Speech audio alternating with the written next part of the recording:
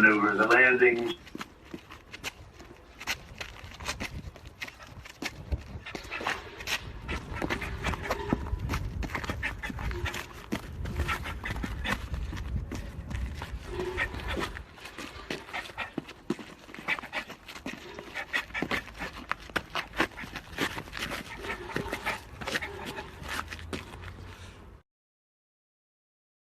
And they got taken out in a matter of seconds. I've never seen anything like it. And you were able to watch this in real time.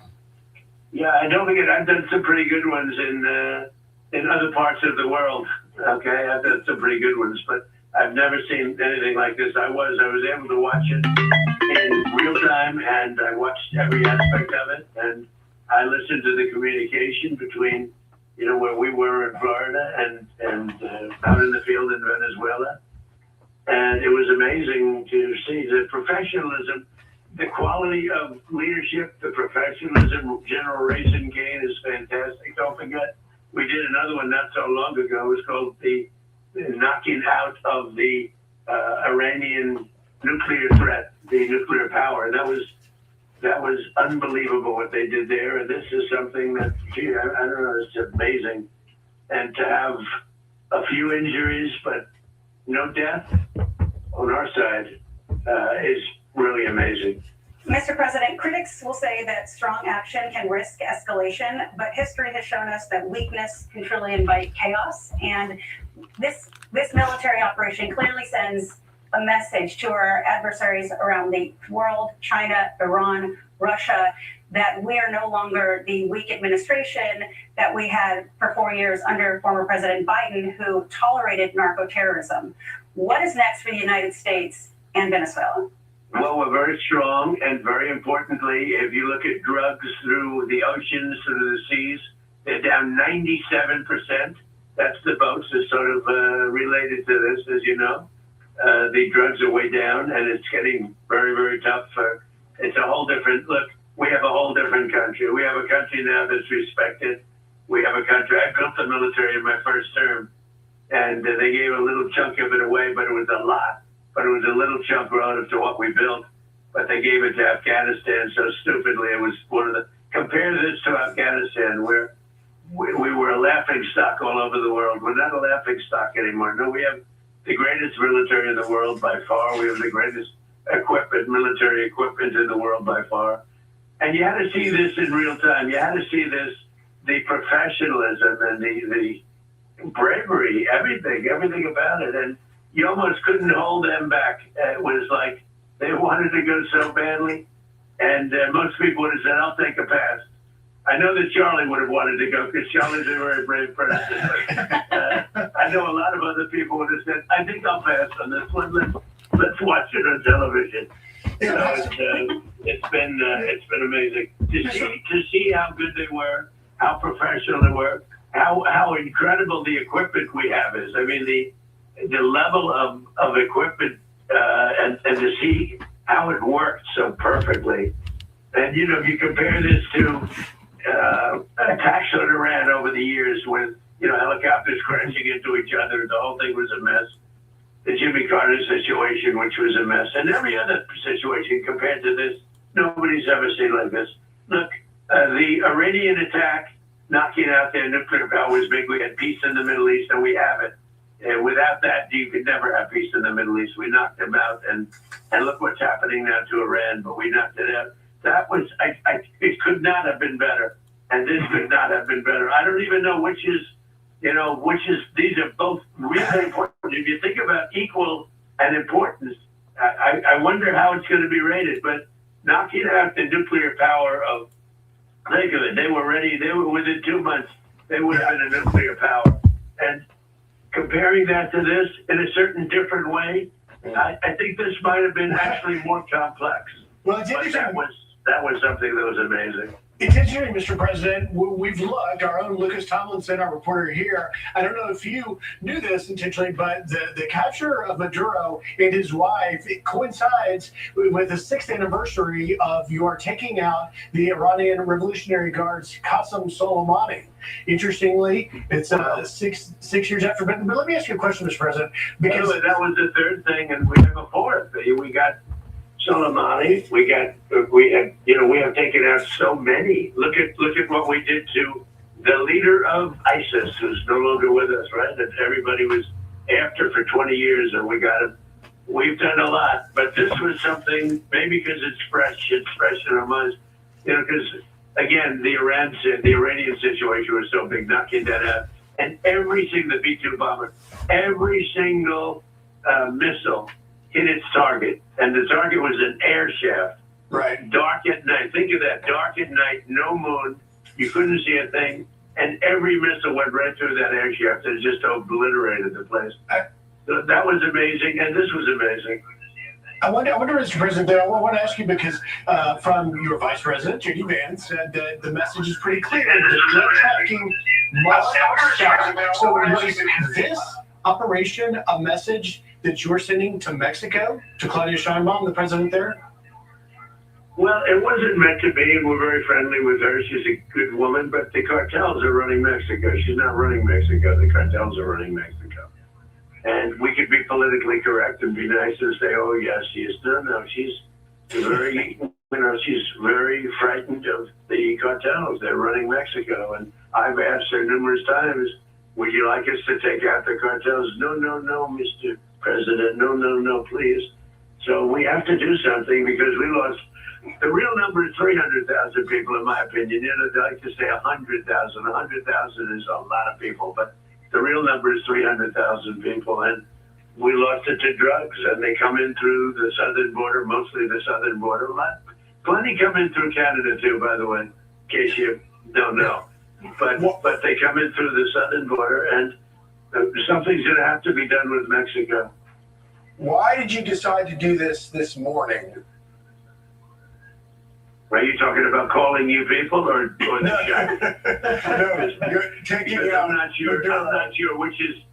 sure which is worse, if you want to know.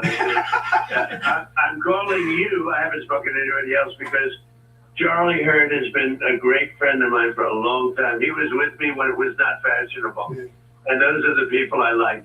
He was with me, Charlie, when it was not at all fashionable. So that's the reason I'm doing this, and your show is great. You're doing a great job. What a good team. But I meant, why did you make the decision to take out Maduro this morning? And what was Maduro doing when our guys came in on him? So we were going to do this 4 days ago, but the weather was not perfect. The weather has to be perfect. And we had just the perfect weather. We had, very good. A little bit few more clouds than we thought, but it was good. We waited 4 days. We were going to do this 4 days ago, 3 days ago, 2 days ago. And then all of a sudden it opened up and we said go. And I'll tell you, it was just amazing. And what was he doing? He was in a very highly guarded, like a fortress, actually. He was in a fortress. That we had nobody killed was amazing. I think we had nobody killed, I have to say, because a couple of guys were hit, but they came back and they're supposed to be in pretty good shape. But that we had nobody killed, that we lost no aircraft, everything came back. We got it all back. One of them was hit pretty hard, but a helicopter, but we got it back. But it just was the right time to do it. We had to do it because it's a war. We're losing 300,000 people a year. We don't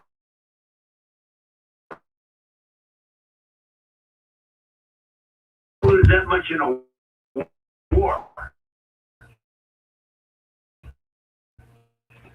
We had to do it. We had what they call a safety space, where it's solid steel all around. He didn't get that space closed. He was trying to get into it, but he got bum rushed so fast that he didn't get into that. We were prepared. We had, massive blowtorches and everything else that you need to get through that steel, but we didn't need it. He didn't make it to that area of the house. Mr. President, your war on narco-terrorism from our southern border and beyond clearly will save American lives. Moving forward for Venezuela, what do you think is next for the Venezuelan people now that you have removed Maduro so that he can face American justice? Well, we're making that decision now. We can't take a chance on letting somebody else run and just take over where he left off. So we're making that decision now. We'll be involved in it very much. And we want to do liberty for the people. We want to, have a great relationship. I think the people of Venezuela are very, very happy because they love the United States. You know, they were run by essentially a dictatorship or worse. It couldn't have been worse. It was a terrible thing that was taking place in Venezuela. But look, tremendous numbers of people were being killed through drugs. And what they did to our country in sending prisoners and people from mental institutions and drug lords and everything, they sent them by the hundreds of thousands of people into our country. And that is just unforgivable. That's why, you know, he wanted to negotiate at the end, and I didn't want to negotiate. I said, no, we got to do it. You know, he was trying to negotiate at the end. You probably saw that. And trying hard to make a deal. And I said, and, you know, this could have been a very foolish thing if it didn't work out. But I said, no, we can't do it. What he did with drugs was bad. What he did with a lot of other things was bad. But what he did was sending hundreds of thousands of Tren de Aragua and drug dealers. And they emptied out their jails into our country. They emptied out all of their mental institutions into our country. What he did there, and every other thing, is unforgivable. Mr. President, you're already getting reaction from members of Congress on both sides. One Democrat, Jim McGovern, is saying that you did not get authorization from Congress. And he says Trump just launched an unjustified illegal strike on Venezuela. Wanted to get your reaction to that. Well, if these are weak, stupid people, and they're trying to save themselves from almost destroying our country. If I didn't get elected, our country would not, I don't even think we'd have a country right now. We were heading down the path of destruction. We had inflation, we had high prices. They're the ones that caused high prices, not us. We're bringing the prices way down. We have oil now, in many places, $1.99 a gallon. And, you know, when you do oil, everything follows, but everything is following. But no, they would have destroyed our country. If we didn't get elected, if Kamala or a Joe type got elected, that group got elected. But if Kamala got elected, I don't think at this point we would even have a country. We were laughed at all over the world. The money was flowing out. Everybody was leaving. The companies were leaving. The people were leaving. The wealth was leaving. We have $18 trillion coming back into our country, the biggest number in the history of the world. The second biggest number was $3 trillion. We're at $18 trillion, and it's building factories and plants. It's doing things that no country has ever seen before. But as far as last night is concerned, it was really genius. What they did is genius. And the Democrats, maybe they'll take a shot. You know, they'll take a shot. All they do is complain. They don't talk about, they should say, you know what, we did a great job. We're stopping drugs from coming into this country. And nobody's been able to do it until we came along. But they should say, great job. They shouldn't say, oh, gee, maybe it's not constitutional. You know, the same old stuff that we've been hearing for years and years and years. They did an incredible job. These men and women that went out there last night, the courage they had, going into an area where, you know, all the lights were turned off. We turned off almost all of the lights in Caracas. I mean, this thing was so organized. And they go into a dark space with machine guns facing them all over the place. And then you hear from a guy that I'd never even heard of him. But you hear from... All right, so again, those were some of the comments that we did receive from President Trump as he spoke over the phone with folks there at Fox News. That was just a couple hours ago. Now, I do want to remind you, coming up here in just a matter of moments, we expect that President Trump will address the nation on all of this. Coming in from Mar-a-Lago, we should be getting a live image as that is set to take place here at about 11 a.m. Eastern time. We're going to bring those to you here live, as we always do. Now, as I mentioned a bit earlier, we have been combing through this indictment, 25 pages worth of information about the indictment against Maduro and his wife. And as we take a live look at this hour over Caracas here, this is in Venezuela, I do want to bring you what we learned from that, as the indictment does accuse Maduro of leading a, quote, corrupt, illegitimate government that for decades has leveraged government power to protect and promote illegal activity, including drug trafficking, end quote. Now, it does allege that the drug trafficking efforts, quote, enriched and entrenched Venezuela's political and military elite. U.S. authorities there alleging that Maduro partnered with, quote, some of the most violent and prolific drug traffickers and narco terrorists in the world to bring tons of cocaine into the U.S. Again, that is according to that 25-page indictment. Authorities estimate that as much as 250 tons of cocaine were trafficked through Venezuela by 2020, and the drugs were moved on go-fast vessels, fishing boats, and container ships, or via planes from clandestine airstrips. Again, all of this coming in from those documents. Now, if you are just joining us here, President Trump revealing the U.S. launched strikes in Venezuela, and we do have video of some of that I do want to pop up on your screen right here. Again, this is from just hours ago, as President Trump says that they have captured the Venezuelan leader, Nicolas Maduro, and his wife, all happening here amid Trump's war on the drug cartels, which has seen strikes on suspected drug-carrying vessels off the coast of Venezuela. And these are just some of the videos of those strikes released by the Department of War. President Trump saying that Maduro and his wife, who have both been indicted in the U.S., are now en route to New York to face prosecution, and they are en route via U.S. ship. So we should see them arrive. We should get those live images here. And of course, we'll bring those to you live as we get them. Right now, I do want to bring in a friend of the show here, Mark Chandler. He is Director of Government Relations at Coastal Carolina University and also a former senior defense intelligence official. Thank you so much, Mark, for taking the time to be here with us this morning. Obviously, a lot of developments. Oh, gosh, you're welcome. You're right. There's a lot happening today. For sure. And first off, just as a former senior defense intelligence official, I did want to ask, based on what we know so far, what has stood out to you about the operation and really what we saw play out? Well, I think one of the things that really stood out to me was the operational security surrounding this operation.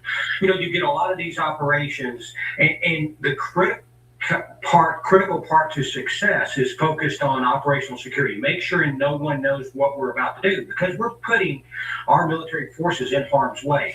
And so I think the fact that they did that was critical leading up to this operation. The second thing that stands out to me was the phenomenal intelligence work behind this operation. Number one, the forces had to rehearse this for weeks. You know, there was talk you just had up there about, you know, a mock buildup of the facility where Maduro was living. And so they had to have great intelligence to be able to get the entire diagrams, the layout of that facility, where Maduro was, what we call a pattern of life.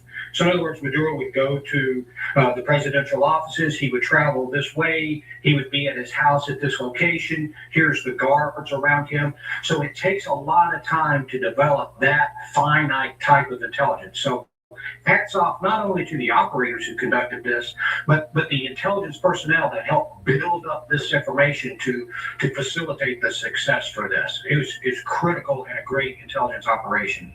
And one thing that's interesting and stood out to a lot of people, President Trump telling Fox there that, yes, there were some injuries here. However, he says it does not appear that any Americans were killed in the process. How does that kind of detail how intricate this process was for this operation? The fact that no Americans, as of right now, to our knowledge, were killed in the strikes there. Well, you know, again, that's absolute. It speaks to professionalism of our military forces, especially Delta and the 160th. They're the elite of the elite when they go in and we conduct these type of operations. So not only did they have good intelligence, they rehearsed and rehearsed and rehearsed. One of your previous guests talked about, you know, working all your way through the rehearsal aspect so that you can be prepared for any kind of contingency that comes up in these operations.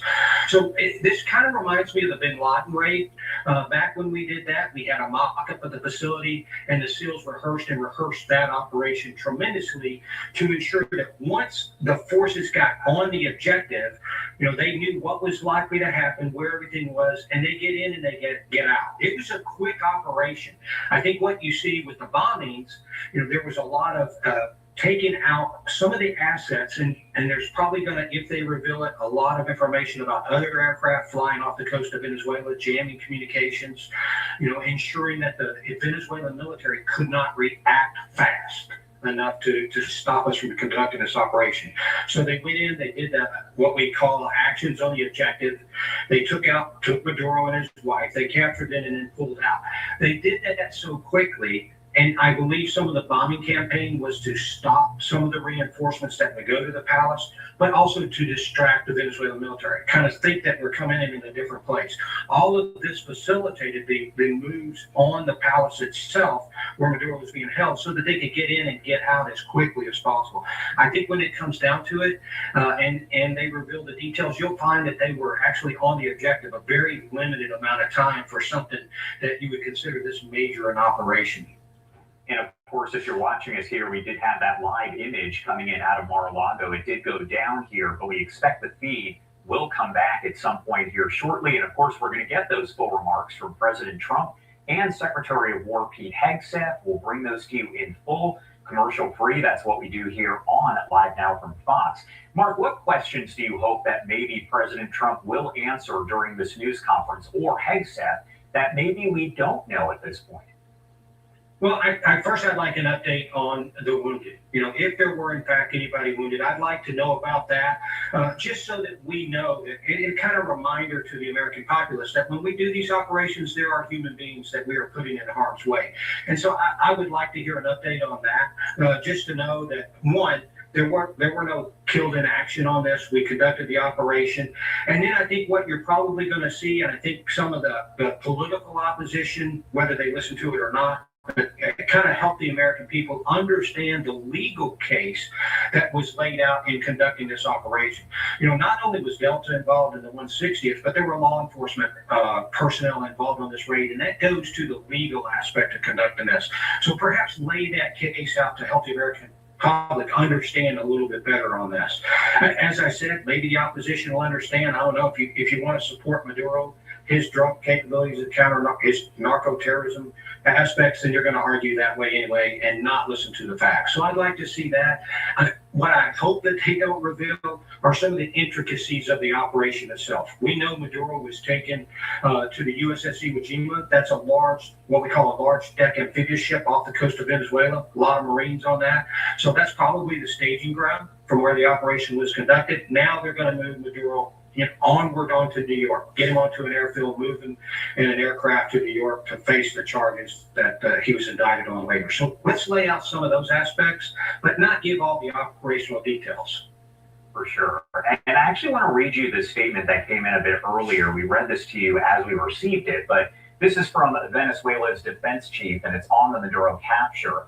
This is the Minister of Defense who said, quote, "The Venezuelan people have been victims of the most criminal military aggression by the United States. The barbarity of the invading forces has desecrated our sacred soil, even striking civilian urban areas with missiles and rockets fired from combat helicopters. We are currently gathering information on the injured and the dead. We fully support the decree declaring a state of external emergency across the entire national territory. And as a result, the men and women of the armed forces are carrying out the instructions of President Nicolas Maduro, just deploying all of our capabilities. We will win. Long live the homeland." End quote. Again, that is from the Minister of Defense there in Venezuela. What does that say to you? Does that talk about escalation? Is that a threat? What do you make of that?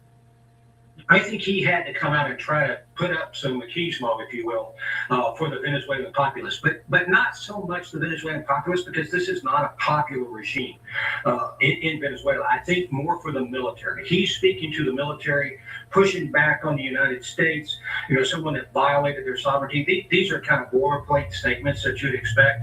And I have to add this a little bit about him, Josh. He is one of the inner circle, Maduro's inner circle. The vice president, the interior minister, and the defense minister were all part of the same group who helped maintain this draconian control over the Venezuelan leadership and government. So I think when you look at that, I would expect him to say that. I don't see a military response from Venezuela, though. I see them really concerned about a rising on the streets, a protest against the Maduro regime. The regime has not been replaced. So now they're trying to scramble to see who's going to get in charge of these three, the vice president, interior minister, and defense minister. But they need to consolidate control of the military, because the military is what keeps them in power. So you're going to see some jockeying for that throughout the day or the next couple of days. And there on the left-hand side of your screen, you're taking a live look over Mar-a-Lago, where those remarks should begin shortly. Now, we did have a live image that I tried to pop up there on the left-hand side of your screen. It showed a lot of press there at Mar-a-Lago for this as they were making their final preparations. Unfortunately, the shot went out by the time I took it, but we should be getting that shot back here in just a second, as those remarks are set to begin in just about 2.5 minutes here. Mark, what do we need to be watching for over the next coming hours, days, and maybe even weeks here? Well, I think you need to go back to that statement you just had on the screen there, Josh. And I think looking at what the Venezuelan leadership, number one, how they're going to consolidate control. Do they maintain control of the military? Because as I said, that's what gives them the power. There is a chance. Venezuela has a military, not anything as capable as the United States. They could try something, and I would call it outlandish, to go against the U.S. military, try to take some sort of counteraction at their low level. They might have a modicum of success of doing something or getting close to one of our assets, but I think they're going to hold back on trying to do something significant because they know that the U.S. military could pretty much take out anything they need to do. And we don't have a fight with the Venezuelan people. This doesn't look like we're trying to, one, overthrow a regime, two, go against the Venezuelan people. You know, there are repressed people by this leadership. So hopefully you could see an uprising in the streets. Again, it's going to go to how the military kind of clamps down. That's what you're going to see. You're going to see pro-Maduro protests.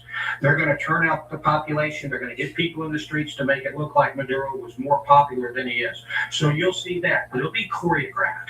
You know, none of this is going to be a spontaneous support of Maduro across the Venezuelan population. And I did want to mention here, it actually sounds like the news conference with President Trump might be starting on time because, again, we're waiting on that live image to come back, but we did just get the alert from the White House, which normally comes out really just a few minutes before he does walk up to the podium. So, again, we're waiting on that shot to come in. We will definitely have it for you, and we'll make sure to bring it to you in full, commercial-free. We also know from President Trump that Secretary of War Pete Hegseth should be there as well to possibly answer questions, but at least make remarks on the situation there. We also have these live images that are coming in here out of Caracas and other areas of Venezuela, where you can see folks who are not necessarily supporters of Maduro in the street. Many of them are actually there because they're trying to piece together exactly what has happened over the past several hours here. And I did want to get your take on this, Mark.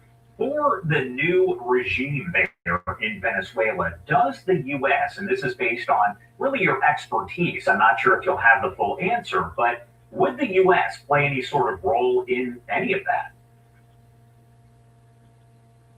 Just clarification, Josh, are you talking about the legally elected regime that's been kind of in exile for a while? Or are you talking about how this new cabal is really taking over after Maduro left? I'm going to say both. I want to get your take on both of those. Okay. All right. First off, I think you are going to see a consolidation of power. There actually may be a jockeying of power. The vice president, she doesn't have a lot of control there. She doesn't necessarily have the backing of the military. So you could see either a co-leadership between the interior minister and the defense minister, or you could see one of those try to take more charge.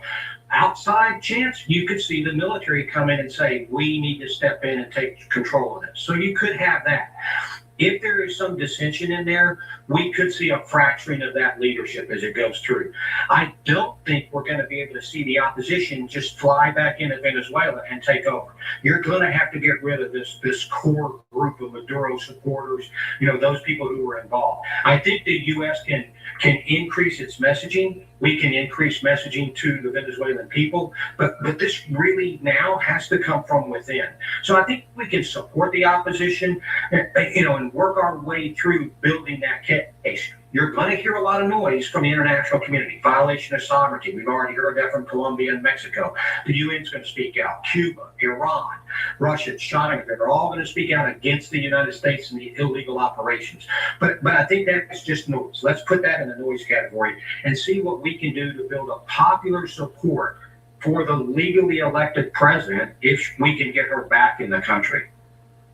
I also wanted to ask you, kind of going back to something that we were talking about earlier, also want to mention that it looks like we are going to be getting that image back here shortly of President Trump at Mar-a-Lago. So that kind of indicates to us this is going to start in a matter of moments. The second it does, you'll be able to watch it in full right here on Live Now. But one thing I do want to go back to is something that you mentioned. You were talking about the fact that there were no leaks. The information did not get out there ahead of these strikes. Based on what you've seen, is that surprising? Because normally you do have folks who behind the scenes will maybe give a tip to somebody and say, this is what's going to happen, prepare for this, that sort of thing. So is that surprising that the information didn't get out there? And also, what role does that play in kind of helping with the operation? Well, first off, I am surprised that there were no leaks on this, and I'm very pleased to that. One of the biggest things when I worked on the Joint Chiefs of the Staff, we would conduct these type of operations around the world, and unfortunately, somebody who felt they had the knowledge and the power of that knowledge wanted to leak something to the press. That puts our forces in harm's way, and I really, really despise those type of leaks that we go out there just for somebody to show they had that information. So good on the administration for this one. I've heard talk this morning about notifying Congress. The executive branch does have to notify Congress, but it doesn't say they have to notify them before the operation. And every administration I worked for, we were hesitant to notify in advance, what we call the Gang of Eight, the leaders of the House and the Senate and the intelligence committees. So when we looked at that, we wouldn't notify them for the purpose of operational security, OPSEC. We didn't want that to leak out, especially if they were going to speak out against something. They'll notify them today. They'll give them a full mission briefing and let them know what happened. They'll lay out the legal case for it, and that's fine afterwards. But I think I want to hear any conversations today about how they weren't notified, because I can go back to Democratic and Republican administrations and we would not notify in advance of these operations. So that's good for OPSEC. I'm glad we have that. Yeah, and right now you can see we did get that live image coming back here as those final preparations are being made for President Trump to make those remarks. Now you can see the stand is there, and there is a lot of media, I can tell you, that are in this room. Let me pop up this other angle that we do have for you. Look at all of those reporters on the left-hand side of your screen, and that is just a few of them. Again, President Trump expected to walk in here in just a matter of moments to address the nation on this Venezuela operation, the capture of Maduro and his wife. We're going to bring you those remarks in full the second that we do get them. And we're looking at all of this, kind of gathering the latest information that is coming into our newsroom. Mark, anything that you think we missed? Anything you want to make sure to add here before I let you go? Josh, this is a highly fluid situation. You're doing a great job covering it, trying to keep the public informed about how this is evolving. I think you covered everything really well. I would look for internal dissension inside Venezuela and see if the military cracks, or because I'll tell you one other thing we didn't address, Josh, is they had to have somebody on the inside to help get us this information on Maduro's location. That's part of a human network. If we got that, are we starting to get fissures inside the Venezuelan leadership? That would be good if we could start to crack that and start to open up some sort of fissure in this leadership group that's running Venezuela illegally right now. So I think we can watch for that over the next few days.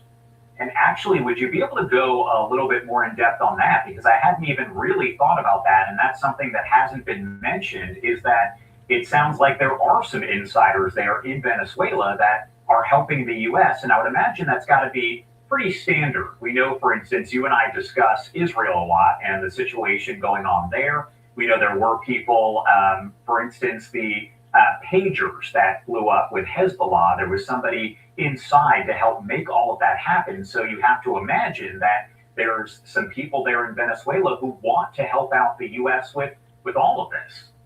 Yeah, there are dissatisfied people within Venezuela, and that's what we try to look for, is look at that and see if we can gain some access to those individuals, who want to help their country, and they do help their country by helping us. So we get that information, we get that access to them, and that I talked earlier about developing a pattern of life, Maduro's pattern of life, what his daily schedule was, what bedroom he's in, where he eats dinner, and all those finite details. So we can work on that, get that inside access to information. Now, those people are taking a great risk. Because if they're discovered, and then in a regime like Maduro's, they're all the time purging people they feel disloyal, whether they're right or not. So they'll go in and purge them. So somebody took significant risks to support the United States internally. I think that speaks a lot to Maduro's unpopularity with the general population. But also, let's look at how we can develop this source and then move forward on some of the, actually, when I talk actions on the objective earlier, we were talking about, okay, where are we going to move? How's he going to be? Where's he going to be? What's the security outside his back? He had a lot of Cuban support inside Venezuela. His closest ally is Cuba. And a lot of reports said that Cuban guards were actually his closest guards. So you're looking at getting some finite information from these sources and something that we will use to kind of work in the final bits of the actions, as I said, actions on the objective.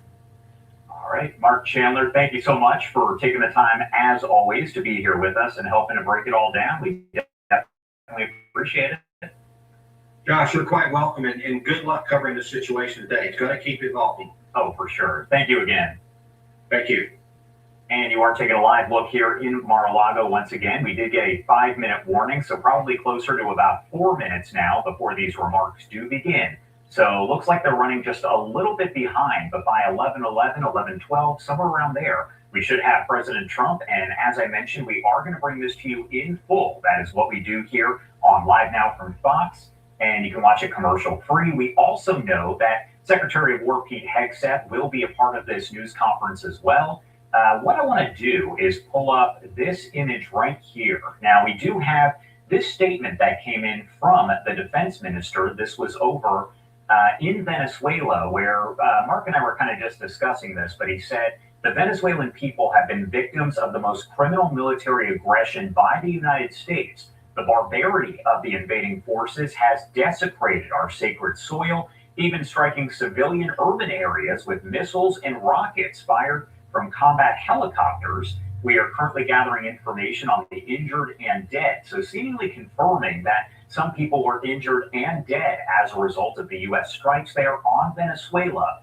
They did say, we fully support the decree declaring a state of external emergency across the entire national territory, and as a result, the men and women of the armed forces are carrying out the instructions of President Nicolas Maduro, deploying all of our capabilities. We will win. Long live the homeland. And of course, likely that we will see President Trump specifically address that as he does take to the podium here in a second. Now, we also heard from Vice President J.D. Vance, who said the president offered multiple off-ramps, but was very clear throughout this process that drug trafficking must stop and the stolen oil must be returned to the United States. Maduro is the newest person to find out that President Trump means what he says. Kudos to our brave special operators who pulled off a truly impressive operation. He went on to say, and PSA for everyone saying this was illegal, Maduro has multiple indictments in the United States for narco-terrorism. You don't get to avoid justice for drug trafficking in the United States because you live in a palace in Caracas. Again, we're monitoring the feeds right here, and we are awaiting those comments from President Donald Trump that should be getting underway here in a matter of moments, and we're going to bring them to you in full. That's what we do here on Live Now from Fox. And as we are just past the top of the hour here, it is right now 11:10 on the East Coast and 8:10 on the West Coast. It is Saturday, January 3rd. My name is Josh Breslow, and we are going to continue to bring you coverage throughout the day as we get much more information on the detainment, so to speak, of Nicolas Maduro, the leader there in Venezuela, as well as his wife, both of whom were detained there by U.S. officials overnight, really just hours ago, as there were large-scale strikes that were conducted by the U.S. And what you're probably seeing is I keep looking down, and I did want to point out that the reason for that is we are keeping an eye on the different feeds coming in, and I'm trying to make sure that the second that we see President Trump walk in, we are able to bring that to you in full. Again, this is a live look at the stage as we learn the latest on all of this. So if you are just joining us, we did learn some information from President Trump as he spoke with Fox News a bit earlier on this morning. President Trump revealing that the U.S. did launch those strikes in Venezuela and captured Nicolas Maduro and his wife. This all happening amid Trump's war on the drug cartels, which has seen strikes on suspected drug-carrying vessels off the coast of Venezuela. Now, President Trump saying that Maduro and his wife, who have both been indicted in the U.S., are en route to New York to face prosecution. The indictment itself, about 25 pages in length, we were looking through it, and essentially it accuses Maduro of leading a, quote, corrupt, illegitimate government that for decades has leveraged government power to protect and promote illegal activity, including drug trafficking. It alleges that the drug trafficking efforts, quote, enriched and entrenched Venezuela's political and military elite. U.S. authorities allege that Maduro partnered with, quote, some of the most violent and prolific drug traffickers and narco-terrorists in the world to bring tons of cocaine into the U.S., again, according to the documents that we were able to get our hands on here. Authorities estimate that as much as 250 tons of cocaine were trafficked through Venezuela by 2020. The drugs were moved on go-fast vessels, fishing boats, and container ships or via planes from clandestine airstrips. Again, we are following all of the details. We did hear from President Trump a bit earlier, who said that Maduro and his wife are en route via U.S. ship over to the U.S., specifically to New York, where they have been indicted. We are also waiting to see if we do get President Trump soon, y'all. Trump is going to address the nation. We're back at the desk, y'all. We have not been able to independently confirm that. Yo, back at the desk, yeah. Not artificial intelligence generated. Once we do get back at the desk, yeah. Show you those images here as soon as we get them on Live Now from Fox. We also have this is live now from the news, man. Reporters are out here getting ready to go. This should begin momentarily, as we did get that 5-minute warning just about 6 minutes ago, meaning we can see where President Trump is going to enter into the room, that door that's open right there at Mar-a-Lago. And if you are just joining us, do want to let you know that he has been at Mar-a-Lago for the Christmas and New Year's holiday with his family there celebrating. So he is holding this news conference from Mar-a-Lago, which is where he watched this operation, he says, unfold here. So he's expected to talk about that. We know that Secretary of War Pete Hegseth will also be there to make comments. There are a lot of media members, so you have to imagine that President Trump will likely take some questions from reporters. That is normally what happens in a situation like this. The president is normally very vocal and takes a lot of questions. So we expect that will be the case, as there are so many questions that are left unanswered at this point. We are still awaiting the arrival of President Trump. He's, of course, there at Mar-a-Lago, but should be walking through the door any second now.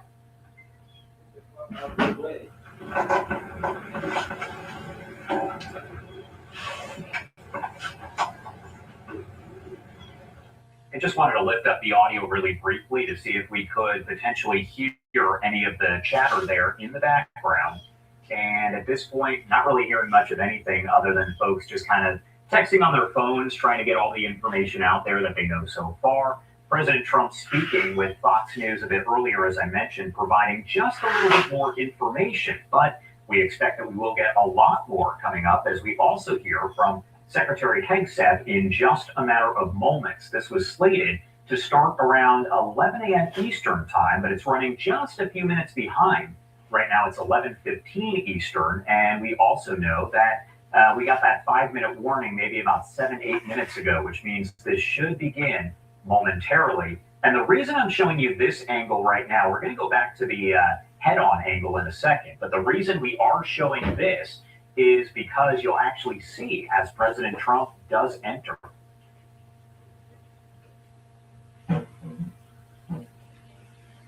And I'm combing through that indictment, as I mentioned a bit earlier, just looking for any other tidbits of information. As I mentioned here, it is about 25 pages in length. You can see it right here on your screen as we take a live look. We're kind of looking through the different pages to see what other information is listed about the charges against Nicolas Maduro, but also against his wife. Both of them currently, according to officials, are en route to New York via U.S. ship.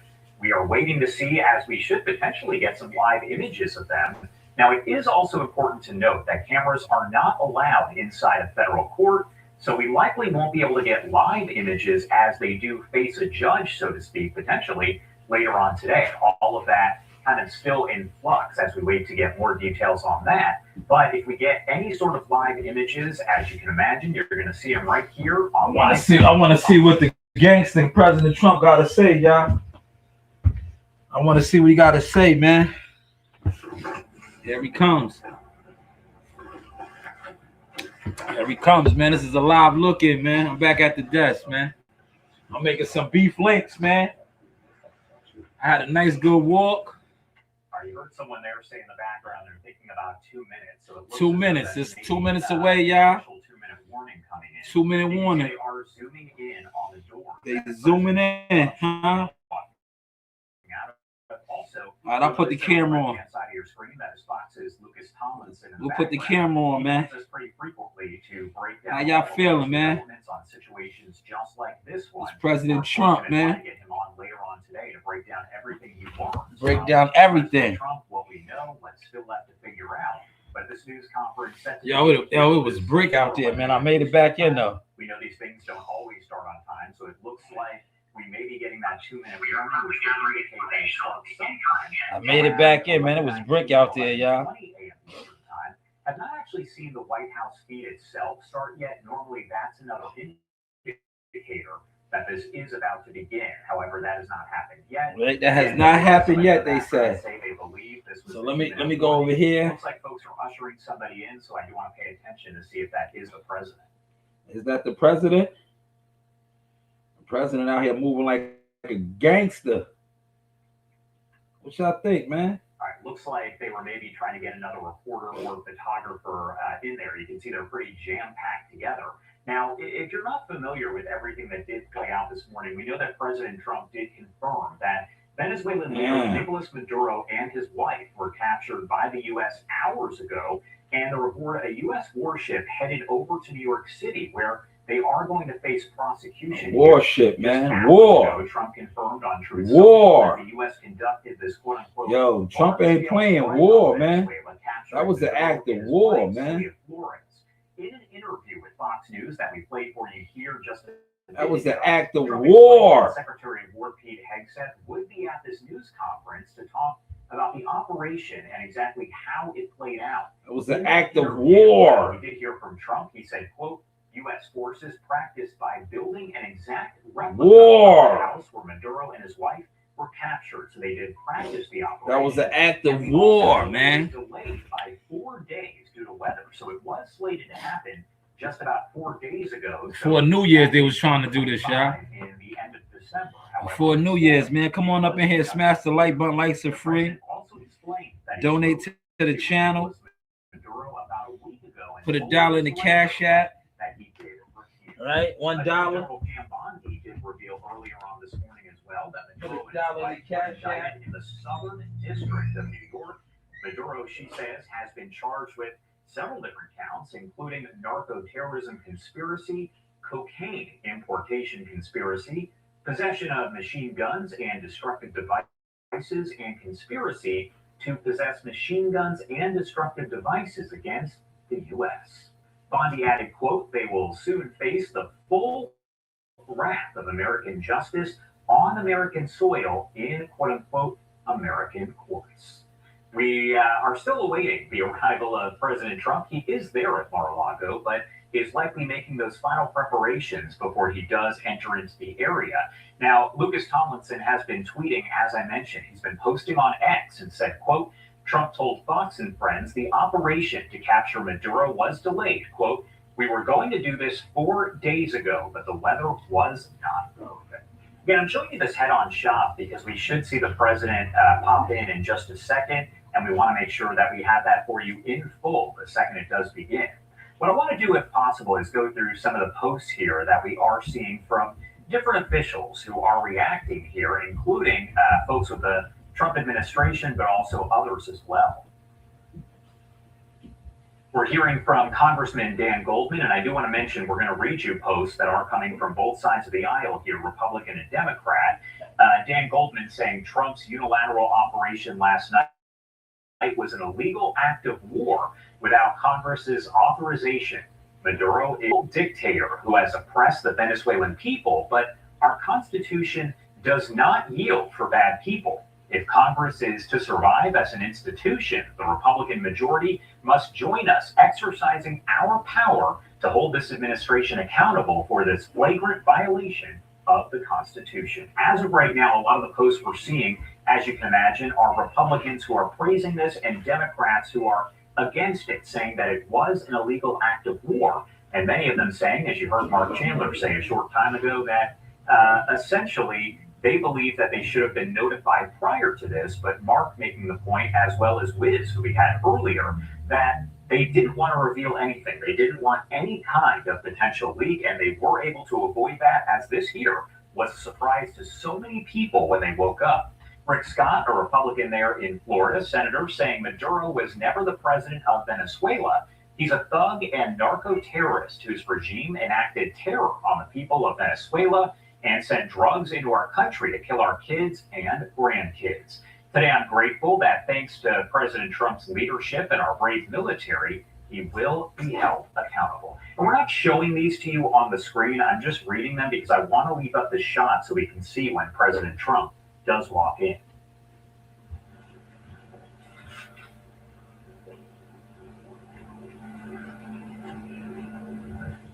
And as we continue to go through these here, Senator Ruben Gallegos saying there is no justification for the United States to be at war with Venezuela.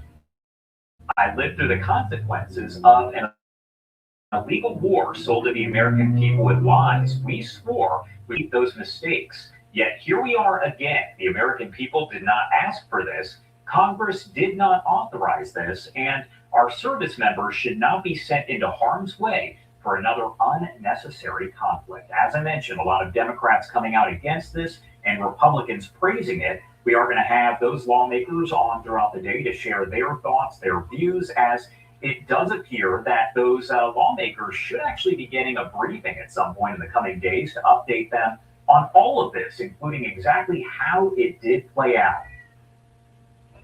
This one is coming in from leader John Boone, who says for years, Nicolas Maduro, the cartel he leads, and other cartels in Latin America have trafficked drugs into the United States, which have killed hundreds of thousands of Americans. President Trump's decisive action to disrupt the unacceptable status quo and apprehend Maduro through the execution of a valid Department of Justice warrant is an important first step to bring in the justice for the drug crimes for which he has been indicted in the United States.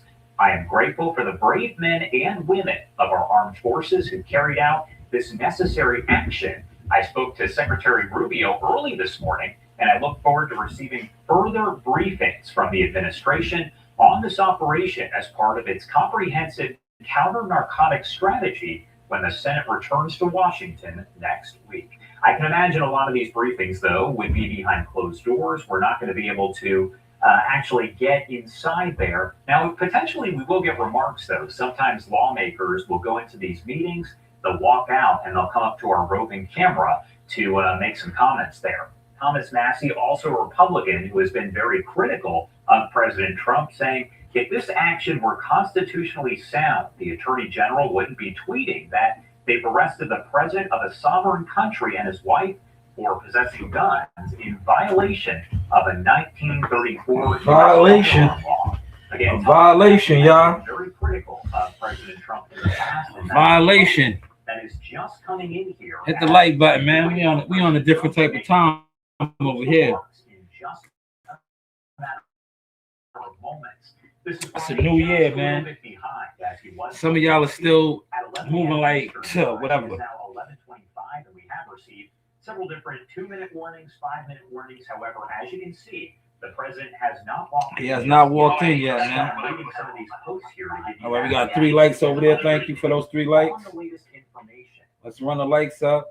Donate to the channel, the desk. Asking Fox right now if there has been any kind of update on the timing. We know that President Trump and Secretary Shanewz are probably that was an act of right war, now, man. providing the latest briefing to each other. That was an act of war. The Trump administration, so they can be kind of up to date on all of this when they do speak to the media in in just a matter of moments, and more importantly than the media, speaking to the nation as a whole. Oh man, let's listen to this. I got the viral boneless couch because I needed a new couch and I didn't want to pay a few $1,000s, and I was curious to see if it's as good as everyone says. First, it does explode out of the packaging, which was really fun to set up. It is super soft. I love that. And I actually couldn't believe how firm it is. It's pretty heavy, but the two parts do not come apart. I did several jump tests just to see. I'm actually really happy with it for the price. There was a situation at Club 662 where RZA, Wu-Tang Clan, tried to get into the VIP section. No, he was trying to get in the club. Oh, the club. He was at the door. And of course, okay, the club was passing. What happened? You know what I'm saying? So he get to hollering and screaming, talking crazy. This is not and I'm standing right there, you know, he spit on me. Wants to make sure that you know what I'm saying? He got the rings on with the little spikes on him and everything, and he's woofing. So you know what I'm saying? Okay. More importantly, I ain't got nothing to say. Media is providing it to the American people who are and that was the end of that. You know, bam, bam, bam. And if you're choosing to watch it with us here, before you bam bam me, I'm a bam bam you. Doing that, and that's what happened. To cover this all throughout the day. Wasn't changing information. I gotta think before I answer some of these questions. I mean, this is way past the statute of limitations. I know somebody somewhere is trying this shit down. Like, we gonna get your ass for something. He got his tag too. Okay. Did he get it back eventually? He probably did. Okay. He probably did. I'm quite sure he did. I think he got it. He got that chain back. And my producer, Ryan here, wound up with it. He won. That it looks like we have. I think he did get that chain back. But wouldn't none of that happen. Would be the first of the photos released. She's working to pull it up for me right now, so we can show it to you at home as we await President Trump making his remarks. And of course, we're doing this all. There we go. Here, so there we go. On the bill to smash the like button, man. Yo, President Trump, the gangster, the big U.S. gangster. Coming in from Truth Social. Big thank you to Ryan, producer here at Live Now from Fox. They went over there to Venezuela and bombed, man. Nicolas Maduro's eyes are covered here. He has a bottle of water in his hand, and it says Nicolas Maduro on board the USS. Warship there that is on the warship over to New York. We know that's where he's indicted, so we definitely wanted to bring this post to you here. Yeah, they went to an international foreign country find that and pull it in. But again, and bombed on them. Took their president, man. Have seen of Maduro in custody. Yo, Trump moving different out here, y'all. Put in the comment section, man. Put in the comment section, man. Yo, YouTube. Put this out on the algorithm, man. We don't want it in the sit around jealous ass boxing section, man. Put this out there, man, with the people that is in tune with what's going on in the world, right? Put it out there with them, man. I'm ready to build with some of them right now, man. I'm done wasting my time. Like this dude right here said, Trump is doing what he wants. I'm over it. No faith in the present cabinet. Okay, that's how you feel. Thank you for your opinion. Anytime soon here. The second it does begin, I promise you will not miss any of this. We're still waiting to hear from Trump, man. I'm gonna stay live at the desk until we hear from Trump, man. And it does look like President Trump did release that image that I told you about of Maduro and showed you, but also video of the strikes themselves that he posted moments ago on Truth Social. We've seen a lot of the different videos, kind of short clips that have come in, but he did also release video that shows the explosions here. I'm going to work to pull that up for you here on your screen as well as we do await the comments from President Trump and Secretary Hinkson. Stop letting the dog take your food, man. Stop letting the dog take your food.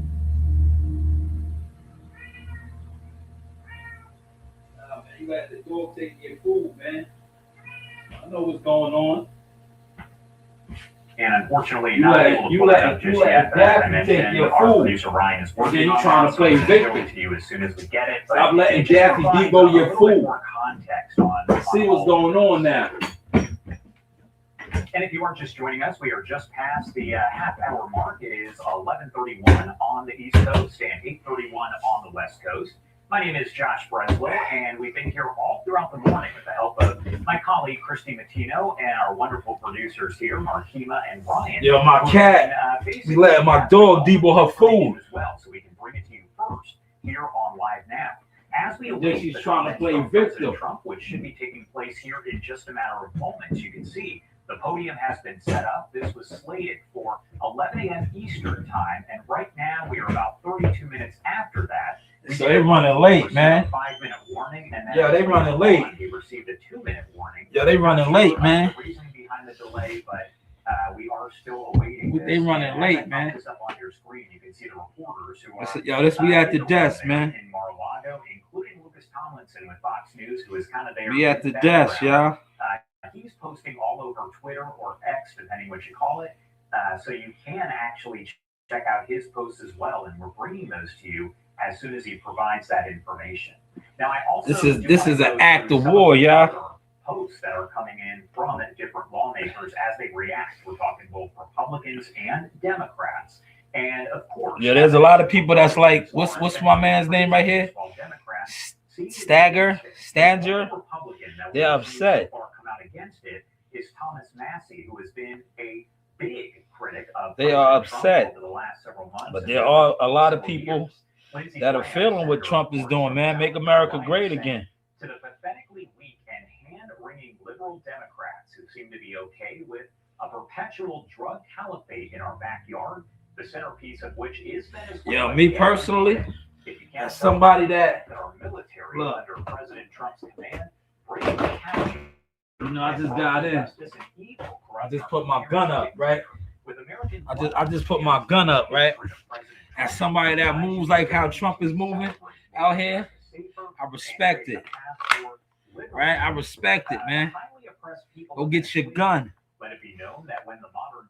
I respect it, man. You know what I'm saying? Yeah, I respect it, man. We have the right to bear arms. I respect it, man. You gotta protect yours, man. Yeah. Look,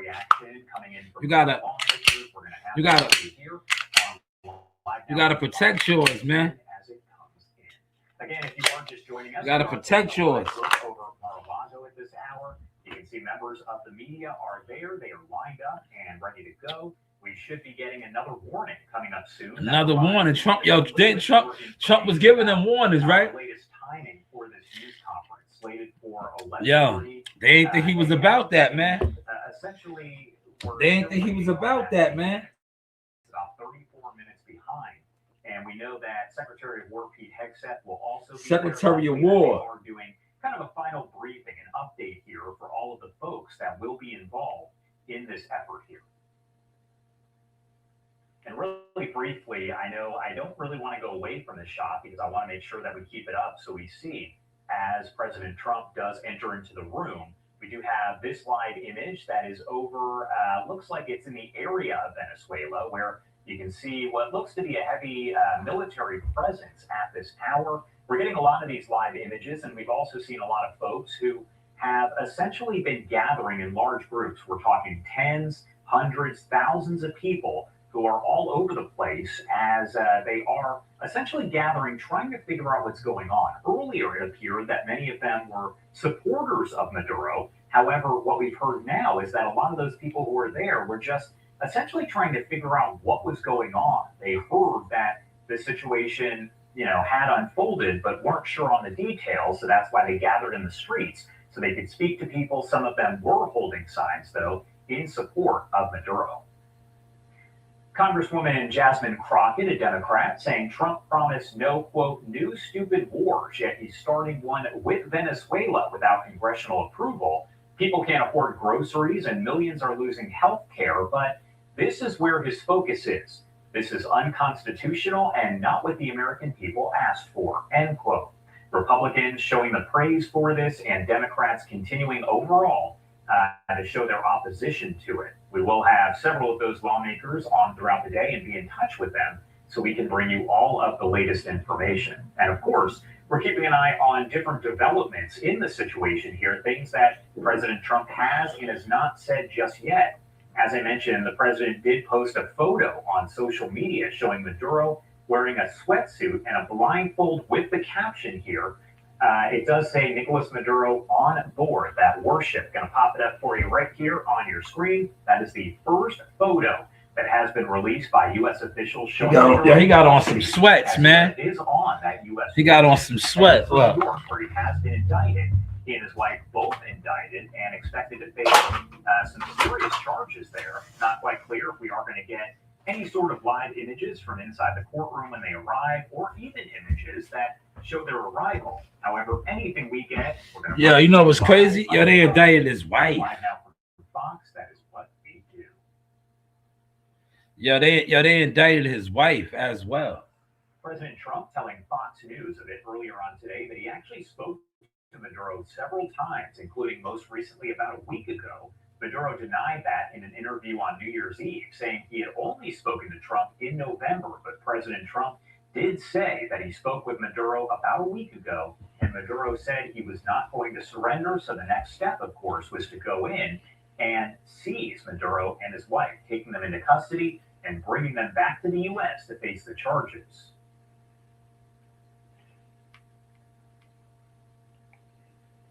That's crazy. I also saw some video of smoke rising from the military base there in Venezuela's capital of Caracas earlier on this morning, and it was one of a number of sites that were hit by those American strikes overnight. Again, I keep saying it, but this all happening just hours ago there. There were bombed buses with shattered windows. There was shrapnel seen next to some charred armored vehicles there, sending up a plume of smoke.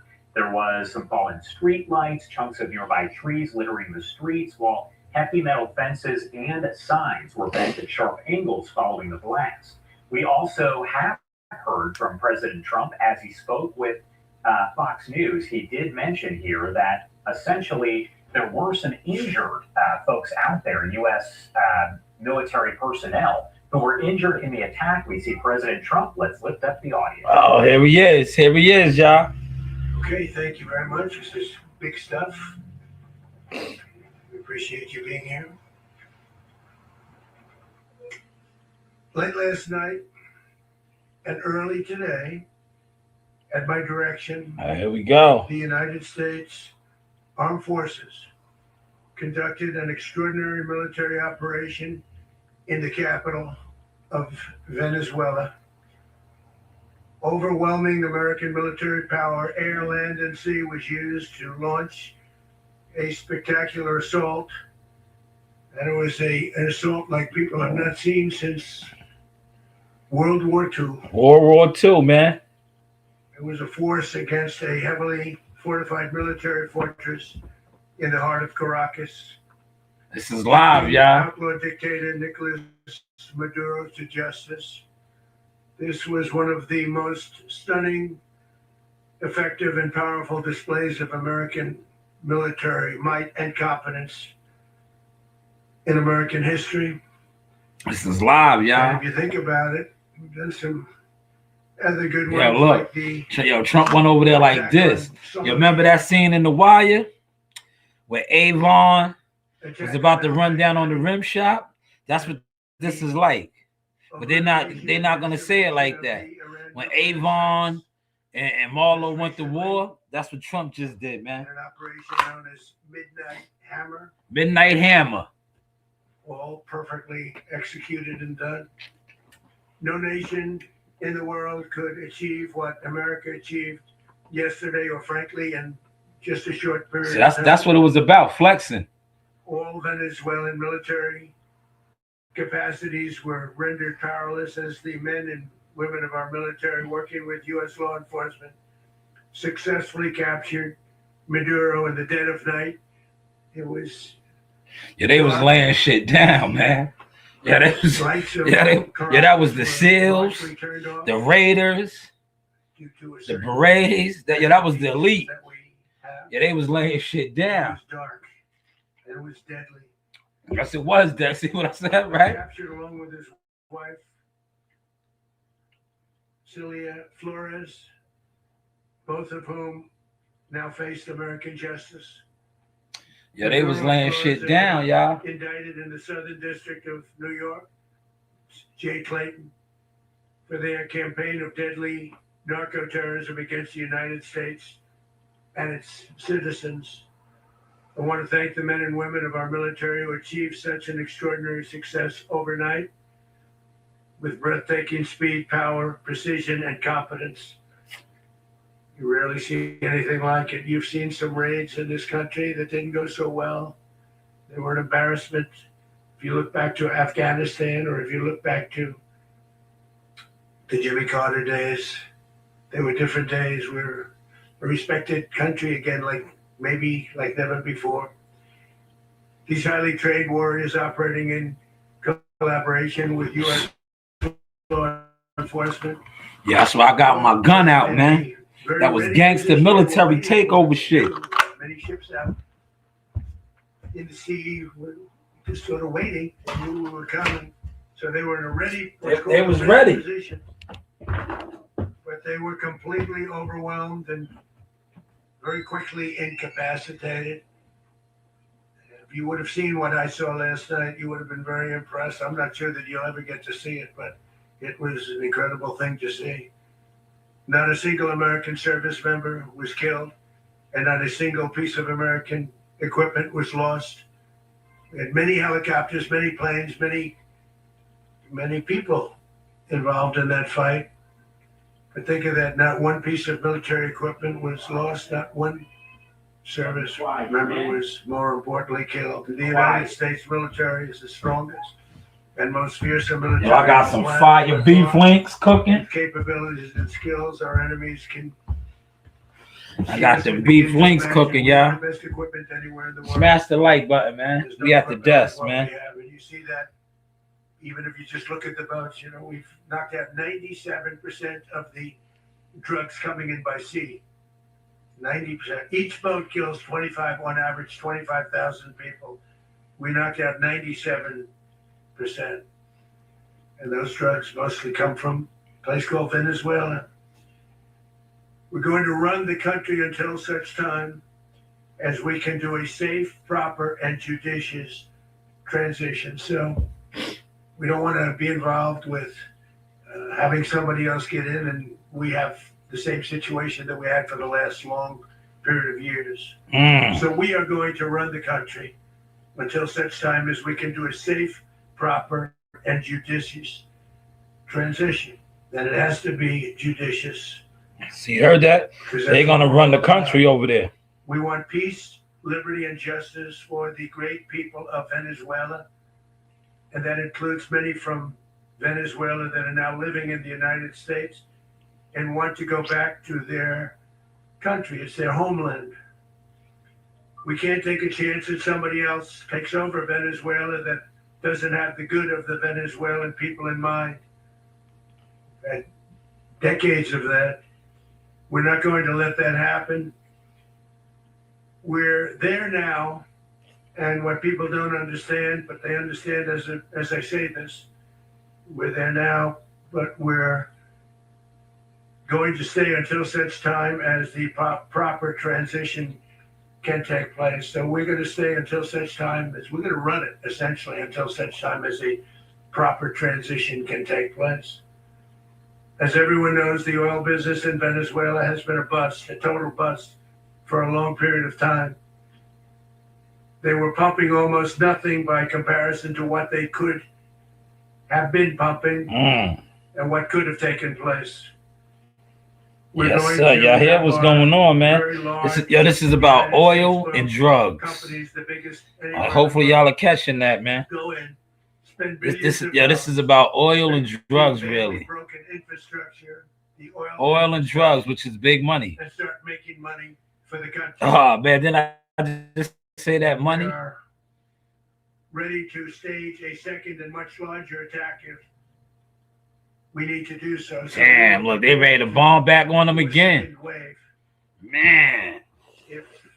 This is war, y'all. To do so. We actually assumed that a second wave would be necessary, but now it's probably not. The first wave, if you'd like to call it that. The first attack was so successful, we probably don't have to do a second. This but is we're war, prepared y'all. for a second wave, a much bigger wave, actually.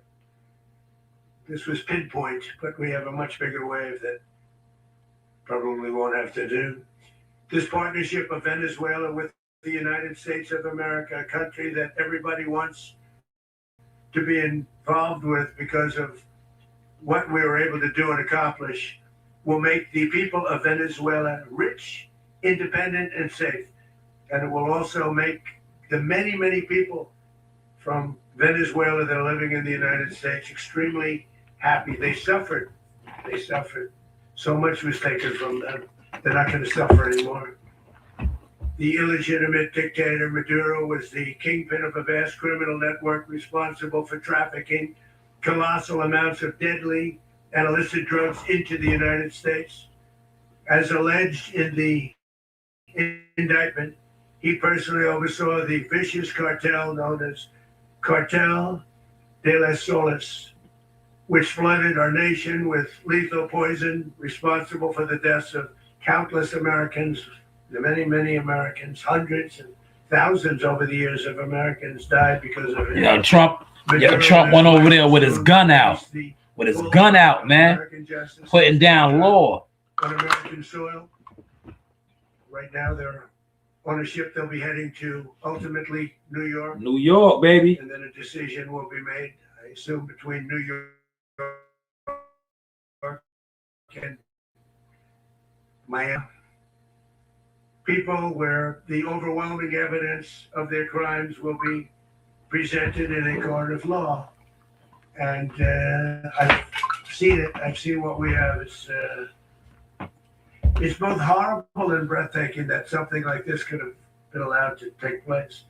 For many years after his term as president of Venezuela expired, Maduro remained in power. He's staying in power, yeah. Waged a ceaseless campaign of violence, terror, and subversion against the United States of America, threatening not only our people, but the stability of the entire region. And you all saw it. In addition to trafficking gigantic amounts of illegal drugs that inflicted untold suffering and human destruction all over the country, all over in particular the United States, Maduro sent savage and murderous gangs, including the bloodthirsty prison gang, Tren de Aragua, to terrorize American communities nationwide. And he did indeed. They were in Colorado. They took over apartment complexes. They cut the fingers of people if they called police. They were brutal, but they're not so brutal now.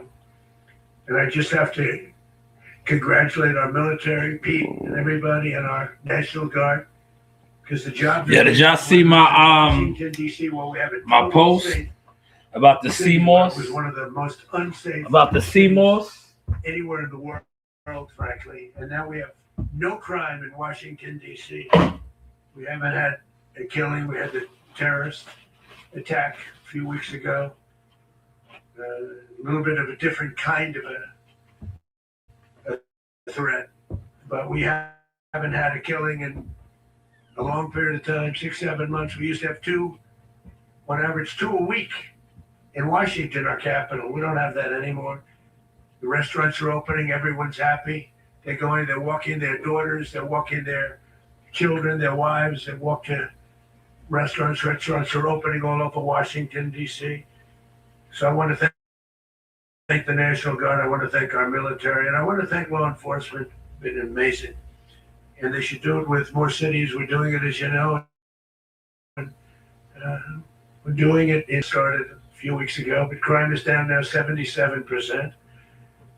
And the governor of Louisiana called, great person, and he wanted us to help him, as you know, in a certain very nice part of Louisiana, and we have done that. It was a rough section, and we have crime down. I understand it's down to almost nothing already after 2.5 weeks. New Orleans, it's down to almost nothing, and we've only been there for 2.5 weeks. Can't imagine why governors wouldn't want us to help. We also helped, as you know, in Chicago, and crime went down a little bit there. We a very small help because we had we had the governor was a disaster and the mayor was a disaster, but it knocked down crime. But we're pulling out of there when they need us. We'll know. You'll know. You'll be writing about it. And likewise, Los Angeles, where we saved Los Angeles early on, where the head of the police department made a statement that if the federal government didn't come in, we would have lost Los Angeles. That's long after the fires. That's when they had the riots in Los Angeles. We did a great job. Got no credit for it whatsoever. It's okay. It doesn't matter. We don't need the credit. But we'll be pulling out when they need us. They'll call, or we'll go back if we have to. We'll go back. But we did a great job in various cities. But the place that we're very proud of is Washington, D.C., because it's our nation's capital. We took it from being a crime-ridden mess to being one of the safest cities in the country. But the gangs they said, raped, tortured, and murdered American women and children. They were in all of the cities I mentioned, Tren de Aragua. And they were sent by Maduro to terrorize our people, and now Maduro will never again be able to threaten an American citizen or anybody from Venezuela. There will no longer be threats. For years, I've highlighted the stories of those innocent Americans' whose lives were so heartlessly robbed by this Venezuelan terrorist organization. Really one of the worst. One of the worst, they say the worst. Americans like 12-year-old Jocelyn Nungari from Houston. Beautiful Jocelyn Nungari, what happened to her? They, as you know, they kidnapped, assaulted, and murdered by Tren de Aragua animals. They murdered Jocelyn and left her dead under the bridge. It was a bridge that will never be the same to so many people after seeing what happened. As I've said many times, the Maduro regime emptied out their prisons, sent their worst and most violent monsters into the United States to steal American lives. And they came from mental institutions and insane asylums. They came from prisons and jails. The reason I say both, they sound similar. Actually, prisons, a little bit more hostile, a little bit tougher. A mental institution isn't as tough as an insane asylum, but we got them both. They sent from their mental institutions. They sent from their jails, prisons. They were drug dealers. They were drug kingpins. They sent everybody bad into the United States, but no longer. And we have now a border where nobody gets through. In addition, Venezuela unilaterally seized and stole American oil. Billions and billions of dollars. They did this a while ago, but we never had a president that did anything about it. They took all of our property. It was our property. We built it. And we never had a president that decided to do anything about it. Instead, they fought wars that were 10,000 miles away. We built Venezuela oil industry with American talent, drive, and skill. And the socialist regime stole it from us during those previous administrations, and they stole it through force. This constituted one of the largest thefts of American property in the history of our country. Considered the largest theft of property in the history of our country. Massive oil infrastructure was taken like we were babies, so we didn't do anything about it. I would have done something about it. America will never allow foreign powers to rob our people, drive us back into and out of our own hemisphere. That's what they did. Furthermore, under the now deposed dictator Maduro, Venezuela was increasingly hosting foreign adversaries in our region and acquiring menacing offensive weapons that could threaten U.S. interests and lives. And they used those weapons last night. Potentially in league with the cartels operating along our border. All of these actions were in gross violation of the core principles of American foreign policy, dating back more than 2 centuries, and not anymore. All the way back, it dated to the Monroe Doctrines. And the Monroe Doctrine is a big deal, but we've superseded it by a lot, by a real lot. They now call it the Monroe Document. I don't know. It's Monroe Doctrine. We sort of forgot about it. It was very important, but we forgot about it. We don't forget about it anymore. Under our new national security strategy, American dominance in the Western Hemisphere will never be questioned again. Won't happen. So just in concluding, for decades, other administrations have neglected or even contributed to these growing security threats in the Western Hemisphere. Under the Trump administration, we are reasserting American power in a very powerful way in our home region. And our home region is very different than it was just a short while ago. The future will be, and we did this in my first term. We had great dominance in my first term, and we have far greater dominance right now. Everyone's coming back to us. The future will be determined by the ability to protect commerce and territory and resources that are core to national security. These are core to our national security. Just like tariffs are, they made our country rich, and they've made our national security stronger than ever before. But these are the iron laws that have always determined global power.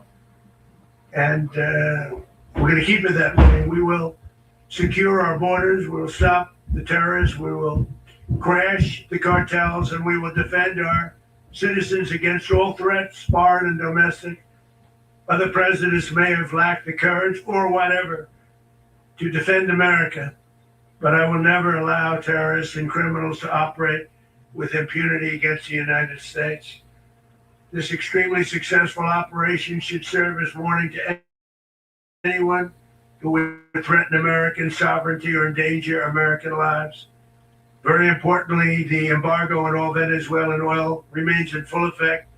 The American Armada remains poised in position, and the United States retains all military options until the United States demands have been fully met and fully satisfied. All political and military figures in Venezuela should understand what happened to Maduro can happen to them, and it will happen to them if they aren't just, fair, even to their people. The dictator and terrorist, Maduro, is finally gone, and Venezuela people are free. They're free again. It's been a long time for them, but they're free. America is a safer nation. This morning, it's a prouder nation this morning because it didn't allow this horrible person and this country that was doing very bad things to us. It didn't allow it to happen. And the Western Hemisphere is right now a much safer place to be. So I want to thank everybody for being here. I want to thank General Raisin Kane. He's fantastic man. I've worked with a lot of generals. I worked with some I didn't like. I worked with some I didn't respect. I worked with some that just weren't good. But this guy is fantastic. I watched last night one of the most precise attacks on sovereignty. I mean, it was an attack for justice. And I'm very proud of him, and I'm very proud of our Secretary of War, Pete Hegseth, who I'm going to ask to say a few words. Thank you very much. Explain how you guys will run Venezuela. Well, thank you, Mr. President. Finally, a commander-in-chief the world respects and the American people deserve. And as the president said, words can barely capture the bravery and the power and the precision of this historic operation. A massive joint military and law enforcement raid flawlessly executed by the greatest Americans our country has to offer. American warriors are second to none, the best in the world and the best of our country. What all of us witnessed last night was sheer guts and grit. Sheer guts and grit of the American warrior. I'm simply humbled by such man, and I tip my hat to our chairman, Dan Raisin Kane, and all those Americans who stood watch last night. Our warriors are the elite of America, and again, President Trump has your back. No other country on planet Earth, and it's not even close, could pull this kind of operation off. And no other president has ever shown this kind of leadership, courage, and resolve. The most powerful combination the world has has ever seen. As the president said, our adversaries remain on notice. America can project our will anywhere, anytime. The coordination, the stealth, the lethality, the precision, the very long arm of American justice, all on full display in the middle of the night. Nicolas Maduro had his chance, just like Iran had their chance, until they didn't and until he didn't. He effed around and he found out. President Trump is deadly serious about stopping the flow of gangs and violence to our country, deadly serious about stopping the flow of drugs and poison to our people, deadly serious about getting back the oil that was stolen from us, and deadly serious about reestablishing American deterrence and dominance in the Western Hemisphere. This is about the safety, security, freedom, and prosperity of the American people. This is America first. This is peace through strength. And the United States War Department is proud to help deliver it.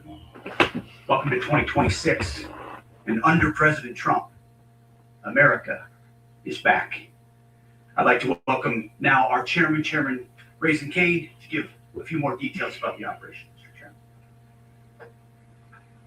Thank you, Mr. Secretary. Thank you, Mr. President, and good morning. Last night, on the order of the President of the United States, and in support of a request from the Department of Justice, as the President said, the United States military conducted an apprehension mission in Caracas, Venezuela, to bring to justice two indicted persons, Nicolas and Cecilia Maduro. This operation, known as Operation Absolute Resolve, was discreet, precise, and conducted during the darkest hours of January 2nd, and was a culmination of months of planning and rehearsal, an operation that, frankly, only the United States military could undertake.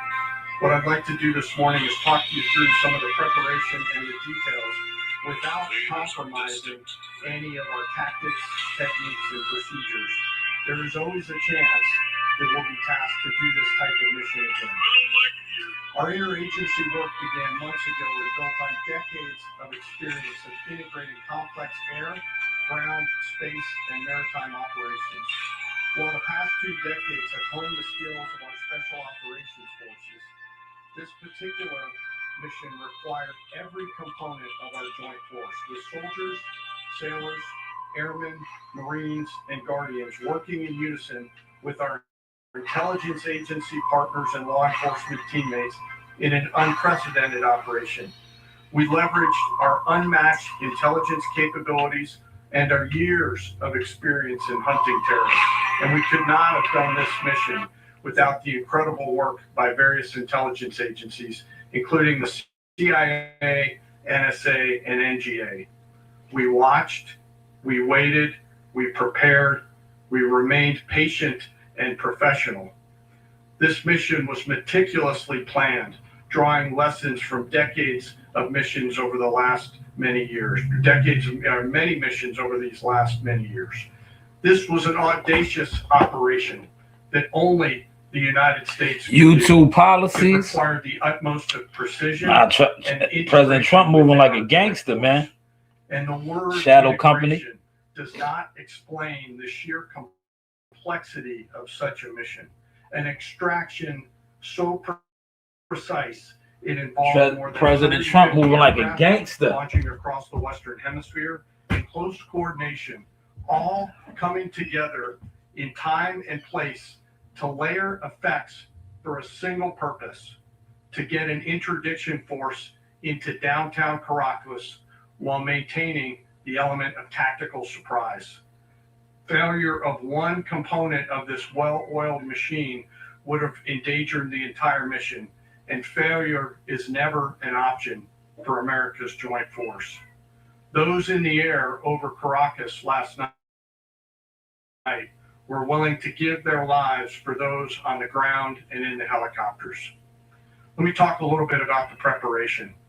After months of work by our intelligence teammates to find Maduro and understand how he moved, where he lived, where he traveled, what he ate, what he wore, what were his pets, in early December, our force was set pending a series of aligned events.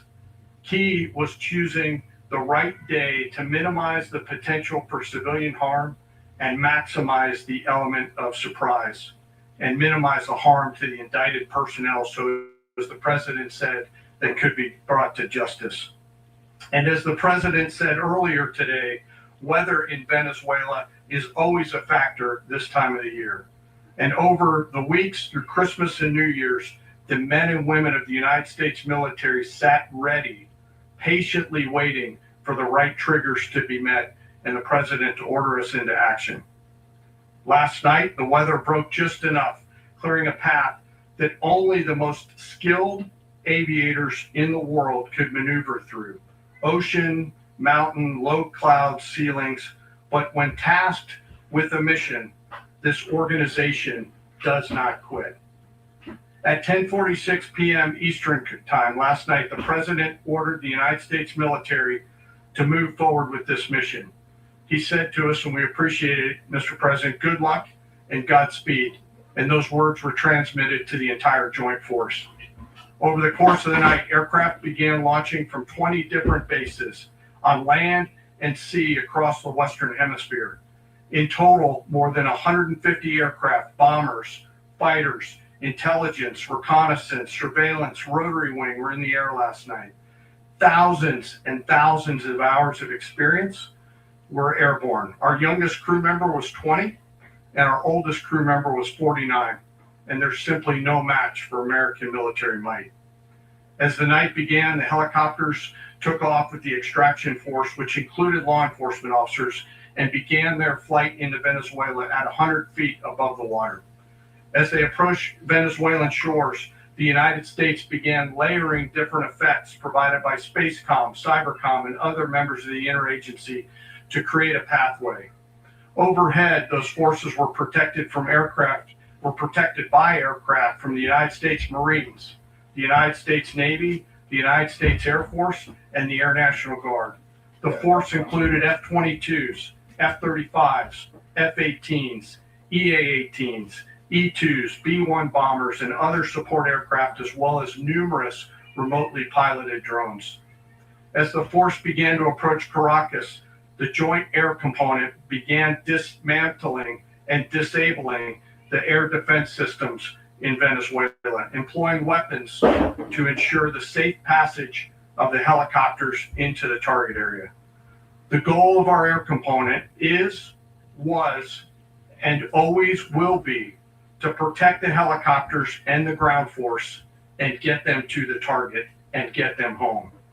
As the force crossed the last point of high terrain where they'd been hiding in the clutter, we assessed that we had maintained totally the element of surprise.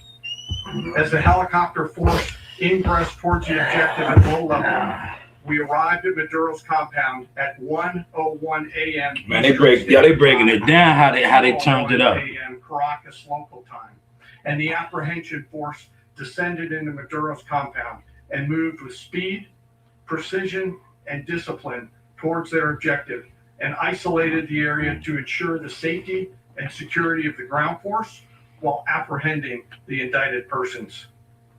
On arrival into the target area, the helicopters came under fire, and they replied with that fire with overwhelming force in self-defense.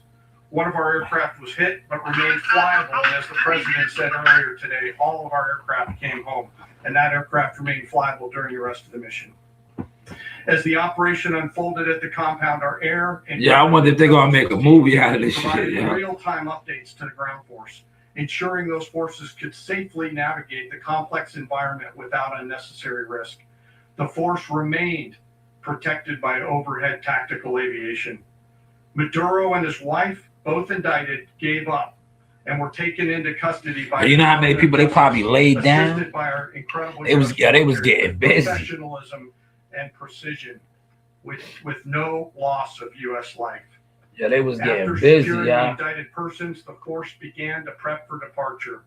Helicopters were called in to exfiltrate the extraction force, while fighter aircraft and remotely piloted aircraft provided overhead coverage and suppressive fire. There were multiple self-defense engagements as the force began to withdraw out of Venezuela. The force successfully exfiltrated and returned to their afloat launch bases, and the force was over the water at 3:29 a.m. Eastern Standard Time with indicted persons on board.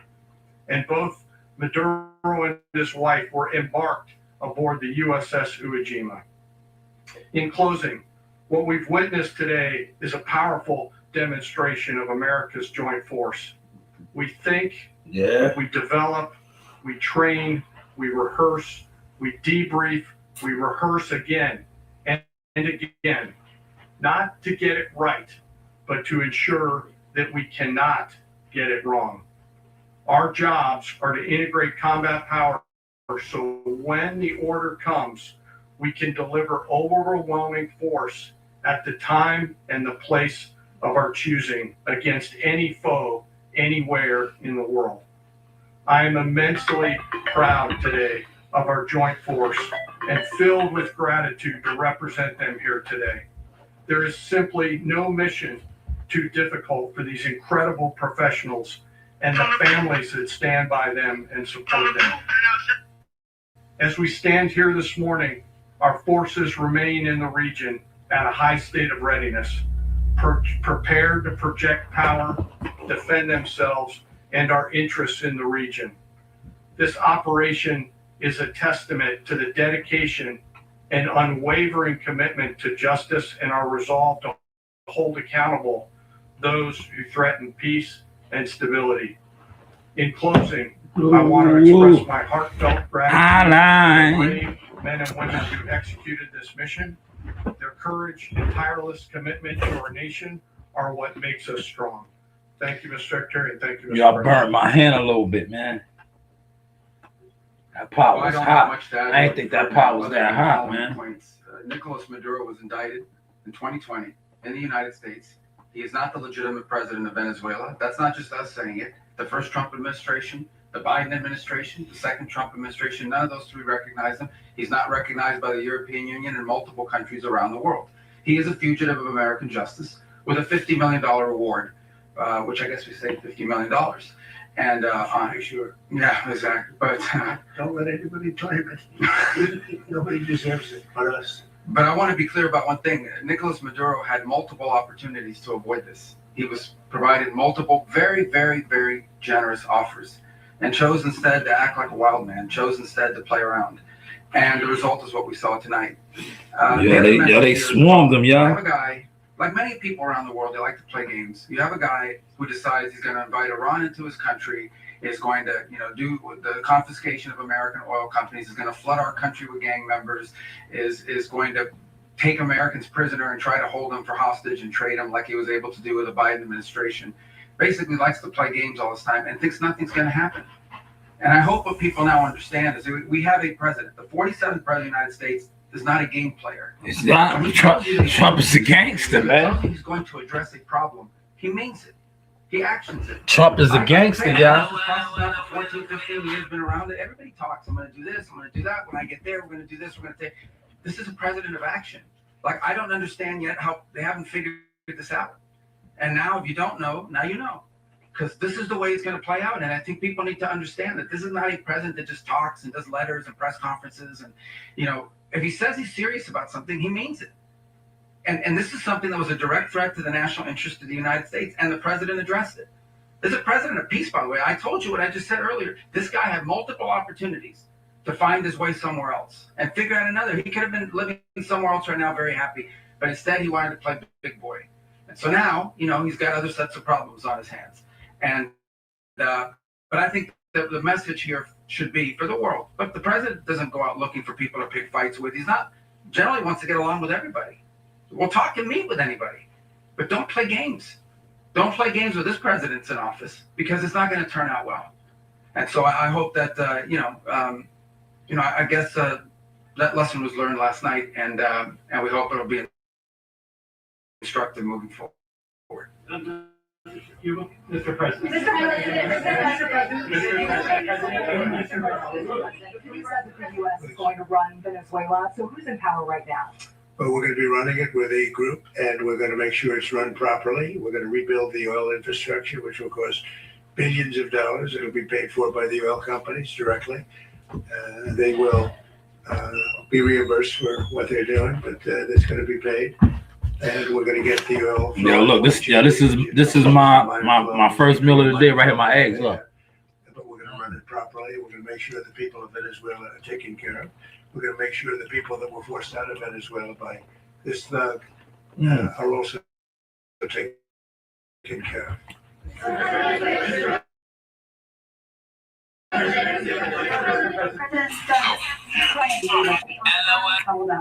Well, you know, they always say boots on the ground. So we're not afraid. Boots on the ground, man. We had boots on the ground last night at a very high level, actually. We're not Yo, afraid. Trump is a gangster, man. But we're going to make sure that that country is run properly. We're not doing this in vain. This is a very dangerous attack. This is an attack that could have gone very, very badly. Could have gone very badly. Could have. We could have lost a lot of people last night. That's a fact. That's a fact, man. Lost a lot of equipment. The equipment is less important, but we could have lost a lot. And we're going to make sure that this is proper. We're there now. We're ready to go again if we have to. Oh, man. We're going to run the country right. It's going to run very. Yo, you heard what he said? He said, yo, they ready to go again, man. We're going to make a lot of money. We're going to give money to the people. We're going to reimburse people that were taken advantage of. We're going to take care of everybody. It's very important. We couldn't let them get away with it. You know, they stole our oil. We built. This was over oil and drugs, yo. And they just took it over like we were nothing. And we had right? a president that decided not to do anything about it. So we did something about oil it. and drugs, we man. did something about it. Yeah, please. What is the exact mechanism by which you're going to run the country? Are you going to designate a U.S. official to coordinate? It's all being done right now. We're designating people. We're talking oil to and people. drugs, We're man. designating various people, and we're going to let you know who those people are. That would run Venezuela. Well, it's largely going to be for a period of time. The people that are standing right behind me. We're going to be running it. We're going to be attacks of war. It's a dead. You're not talking about war, man. A year and a half ago. Now look, if I wasn't in here, if I was on here, this is how backwards, right? This shit right here is about to affect the economy. Already is. A lot of bad people in there. It's gonna affect the economy, Take a chance right? What y'all talking about today, man? So you can look at and others. Fantastic people, including people in the middle, be put back on track, make a lot of money for the people, and give people a great way of life, and also reimbursement for people in our country that were forced out of Venezuela. You said earlier today that you weren't going to back Machado to come back and be the opposition leader in your Fox and Friends interview. And then you also mentioned the vice president of Venezuela. Are you going to work with the vice president of Venezuela, or how do you foresee the relationship? I understand she was just sworn in, but she was, as you know, picked by Maduro. So Marco's working on that directly. He's just had a conversation with her. And she's essentially willing to do what we think is necessary to make Venezuela great again. Very simple. Make it great again, y'all. You heard that? Colombian President Gustavo Petro, a couple weeks ago, he said he's got to watch his ass. And today, he said he's not concerned about anything happening to him in the aftermath of this operation. So, just what your message is. Well, he has cocaine mills. He has factories where he makes cocaine. And yeah, I think I stick by my first statement. He's making cocaine. They're sending it into the United States. So he does have to watch his ass. Did he notify any members of Congress in advance? Marco, do you want to talk about that? Because you were involved. Sure. We called members of Congress immediately after. This was not the kind of mission that you can do congressional notification on. It was a trigger-based mission in which conditions had to be trigger-based mission. We watched and monitored that for a number of days. So it's just simply not the kind of mission you can call people and say, hey, we may do this at some point in the next 15 days. But it's largely a law enforcement function. Remember, at the end of the day, at its core, this was an arrest of 2 indicted fugitives of American justice, and the Department of War supported the Department of Justice in that job. Now, there are broader policy implications here, but it's just not the kind of mission that you can pre-notify because it endangers the mission. It endangers the mission, y'all. One thing to that, Congress has a tendency to leak. This would not be good.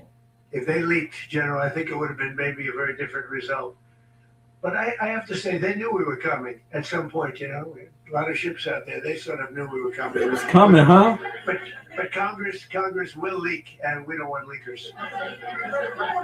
You were one of the only people to watch this all play out live. What was Maduro doing when the U.S. forces entered what I assume would be his home? And also, was there any point where the U.S. was considering if Maduro pushed back or resisted killing Maduro? It could have happened.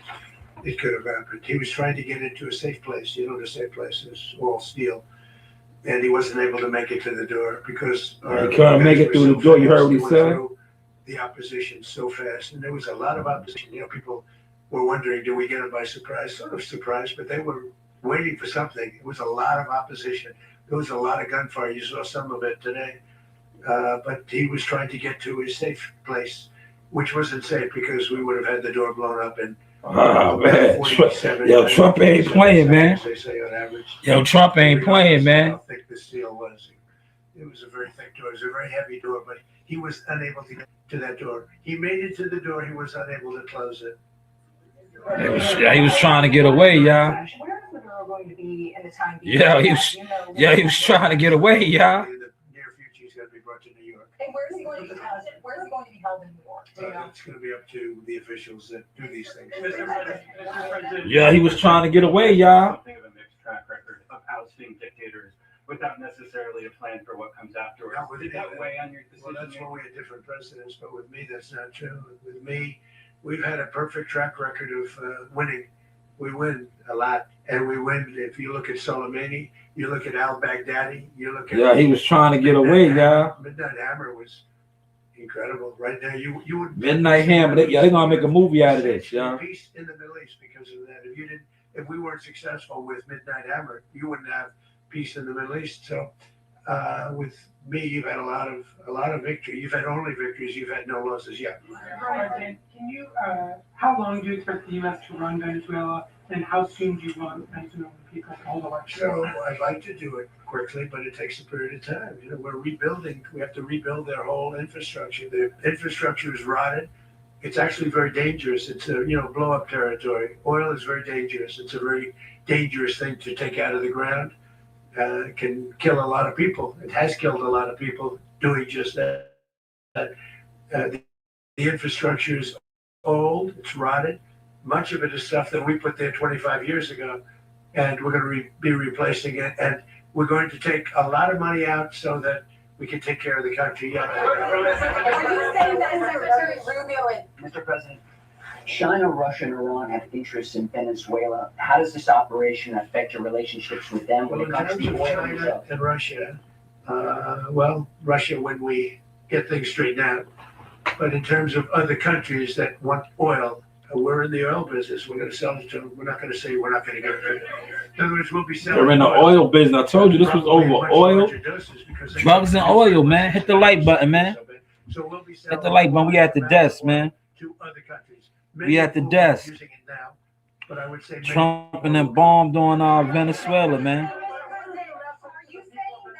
Mr. President, are you saying that? Oh. They bombed on them, man. What is your message to the people of Venezuela today? Of course, the civilian population specifically, they have a lot of questions. What is your message to the people of Venezuela? You're going to have peace, justice. You're going to have some of the riches that you should have. Yeah, they have peace, justice. From you.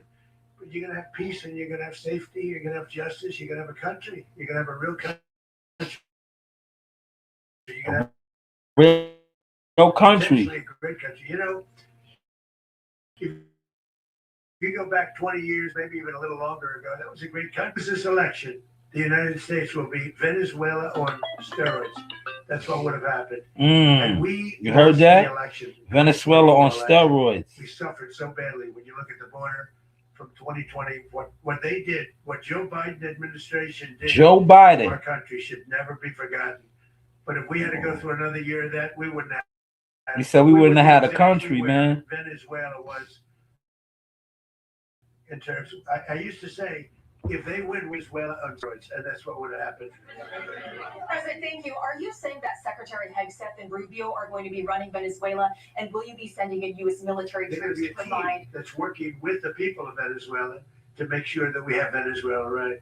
because for us to just leave, who's going to take over? I mean, there is nobody to take over. You have a vice president who's been appointed by Maduro, and right now she's the vice president, and she's, I guess, the president. She was sworn as president just a little while ago. She had a long conversation with Marco, and she said, "We'll do whatever you need." I think she was quite gracious, but she really doesn't have a choice. We're going to have this done right. We're not going to just do this with Maduro, then leave like everybody else, leave and say, let it go to hell. If we just left, it has zero chance of ever coming back. We'll run it properly. We'll run it professionally. We'll have the greatest oil companies in the world go in and invest billions and billions of dollars and take out money, use that money in Venezuela. And the biggest beneficiary are going to be the people of Venezuela. And also, I can't stress this strongly enough, the people that got thrown out of Venezuela that are now in the United States, and frankly, some want to stay and some probably want to go back. Yeah. Protect Americans in the country, and were any of the detained Americans? Well, right now they're very protected because nobody's going to mess with us. They're very protected. The people of, and we let them know that you better not touch one of them. Are you concerned that bad elements of the Maduro regime will remain in place? Well, we know who they are. We're on them, and they're acting much differently now than they would have acted 2 days ago. Okay, wait, behind you, please. Mr. President, why is running a country in South America America first? Well, I think it is because we want to surround ourselves with good neighbors. We want to surround ourselves with stability. We want to surround ourselves with energy. We have tremendous energy in that country. It's very important. This was over the bread, man. We need that for the world. This was over the bread. Make sure we can protect it. Yes, sir. Please, go ahead. Is there a message here for Cuba and just Canal? Well, Cuba is an interesting case. Cuba is, not doing very well right now. That system has not been a very good one for Cuba. The people there have suffered for many, many years. And I think Cuba is going to be something we'll end up talking about because Cuba is a failing nation right now, very badly failing nation. And we want to help the people. It's very similar in the sense that we want to help the people in Cuba, but we want to also help the people that were forced out of Cuba and living in this country. Do you want to say something about that, Marco, please? Well, I mean, I just gave you a statement a few minutes ago about, when the president speaks, you should take him seriously. So suffice it to say, Cuba is a disaster. It's run by incompetent, senile men, and in some cases, not senile, but incompetent nonetheless. It has no economy. It's in total collapse. And by the way, it's in total collapse, man. All the guards that helped protect Maduro, this is well known, their whole spy agency, all that were full of Cubans. I mean, they basically, it's amazing. This poor country over Venezuela in some cases. One of the biggest problems the Venezuelans have is they have to declare independence from Cuba. They tried to basically colonize it from a security standpoint. So, yeah, look, I lived in Havana and I was in the government. I'd be concerned, at least a little bit. Well, the president already announced a week ago that anything that's sanctioned oil, it's not going to be allowed to get there. So that's a pre-existing. The answer is yes. Yes. Are you aware of the location of opposition leader Machado, and have you been in contact with her? No, we haven't.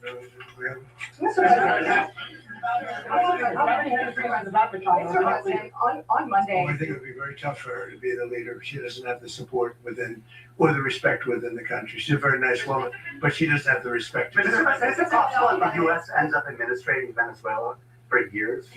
Well, it won't cost us anything because the money coming out of the ground is very substantial, so it's not going to cost us anything. We want safety there. We want to be surrounded by countries that aren't housing all of our enemies all over the world. That was happening, and you don't want to have that.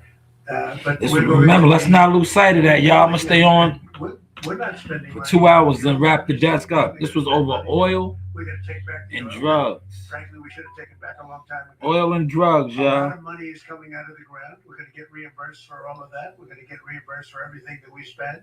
So it's going to be a very important. This is a very big evening that took place last night. We have to be surrounded by safe, secure countries, and we also have to have energy. Very important. We have to have energy that's real energy, not where they're getting 4% and 5% of the energy out of the ground. You take a look, it was such a disaster. So what's going to happen with Venezuela, I think over the next period of a year, is going to be a great thing, and the people of Venezuela will be the biggest beneficiaries.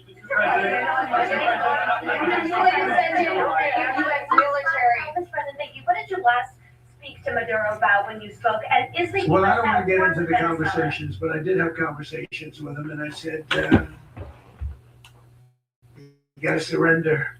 You gotta surrender. And he didn't want to surrender, he was y'all. close to doing so, but now he wished he did. Yeah.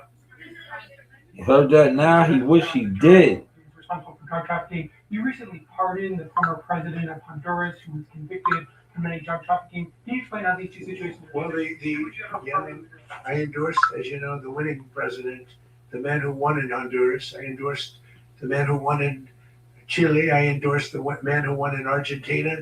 And we are doing very well with that whole group. What the man that I pardoned was, if you could equate it to us, he was treated like the Biden administration treated a man named Trump. That didn't work out too well for them.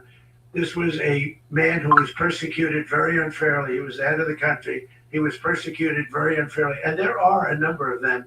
And we felt that it was a very unfair situation that happened to him. He's also a party member of the man who won. So obviously the people liked what I did. And one of the reasons that was done is because of the fact that the party in power felt very strongly that that man was treated very badly. I studied it very quickly, and then I studied it in great detail. I went to a lot of the people standing behind me, and they felt that that man was persecuted and treated very badly. That's why I gave him a pardon. You referenced boots on the ground earlier. Can you just sort of button this up? Do you envision the U.S. military having a presence in Venezuela as the U.S. runs that? Well, no, we're going to have a presence in Venezuela as it pertains to oil, because we have to have, we're sending our expertise in. So you may need something, not very much. But no, we're going to be taking out a tremendous amount of wealth out of the ground. And that wealth is going to the people of Venezuela and people from outside of Venezuela that used to be in Venezuela. And it goes also to the United States of America in the form of reimbursement for the damages caused us by that country. So I want to thank you all very much. Thank you. Do you have one? Yes. Yes, it's over. That's it. That's the last question. I'm going to give you the final question. Unless it's a bad question. That is the final question, y'all. Hopefully y'all enjoyed this live stream at the desk. If y'all didn't, 2 hours, man. 2 hours of informative international news. International news, man. I'm not thrilled with Putin. I'm not thrilled with Putin. He's killing too many people. I thought that would be so. I settled 8. Yeah, this was international news at the desk, man. Thailand and Cambodia. International news at the desk today for y'all, man. And I did it in about 5 hours. Right. And I settled it. I'm giving myself. You do have options, y'all. 8 1/4. In other words, I settled. You do have options. They had a pretty bad breakout over the last 4 days. I got them to go back to peace. So I only give 1/4. I thought the easiest one would be, one of the easier ones would be Russia, Ukraine. It's not. Right. They both have done some pretty bad things. And look, that's Biden's war. That's not my war. But I want to stop the lives. Did you see where last month, 30,000, it was 27,000 the month before. 30,000, mostly soldiers, Now, were killed. did anybody donate to the channel? Right. Monday I did not Monday. Today is Saturday. So Friday, Thursday, New Year's, I did the hat giveaway, right, for the highest donation. Today, the United States is not losing money. We're probably making I will do the Seymour's giveaway, last thing I care about. I just want to stop right, all this. for the highest 25, 30,000 Cash App They come from or places that are very Zelle far away. donation, right? But if I can stop, because it's Or something even that- super chat. We'll add super chat too. Deals, I guess. It's all a deal. Life is a big deal. But if I can stop Right. that war and stop 30,000 young people, in addition to the fact that people are being killed in Kiev, people are being killed in other cities, a much smaller number, but they're being killed, viciously killed. So I'm not happy about it. I thought that would be something that would get solved.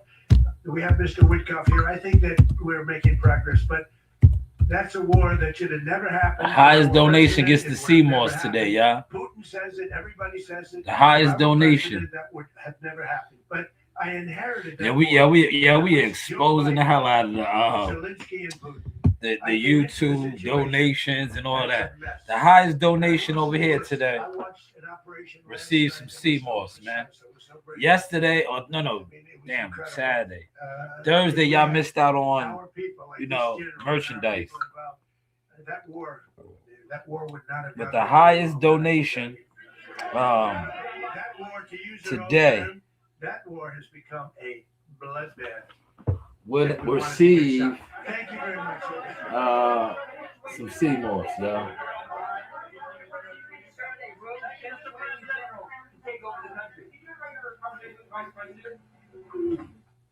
All right, there you have it. All right, there you have it. We're gonna wrap it up too. This administration, we did hear from Chairman of the Joint Chiefs of Staff.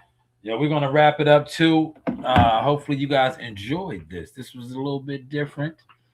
Probably a lot of y'all was in the bushes.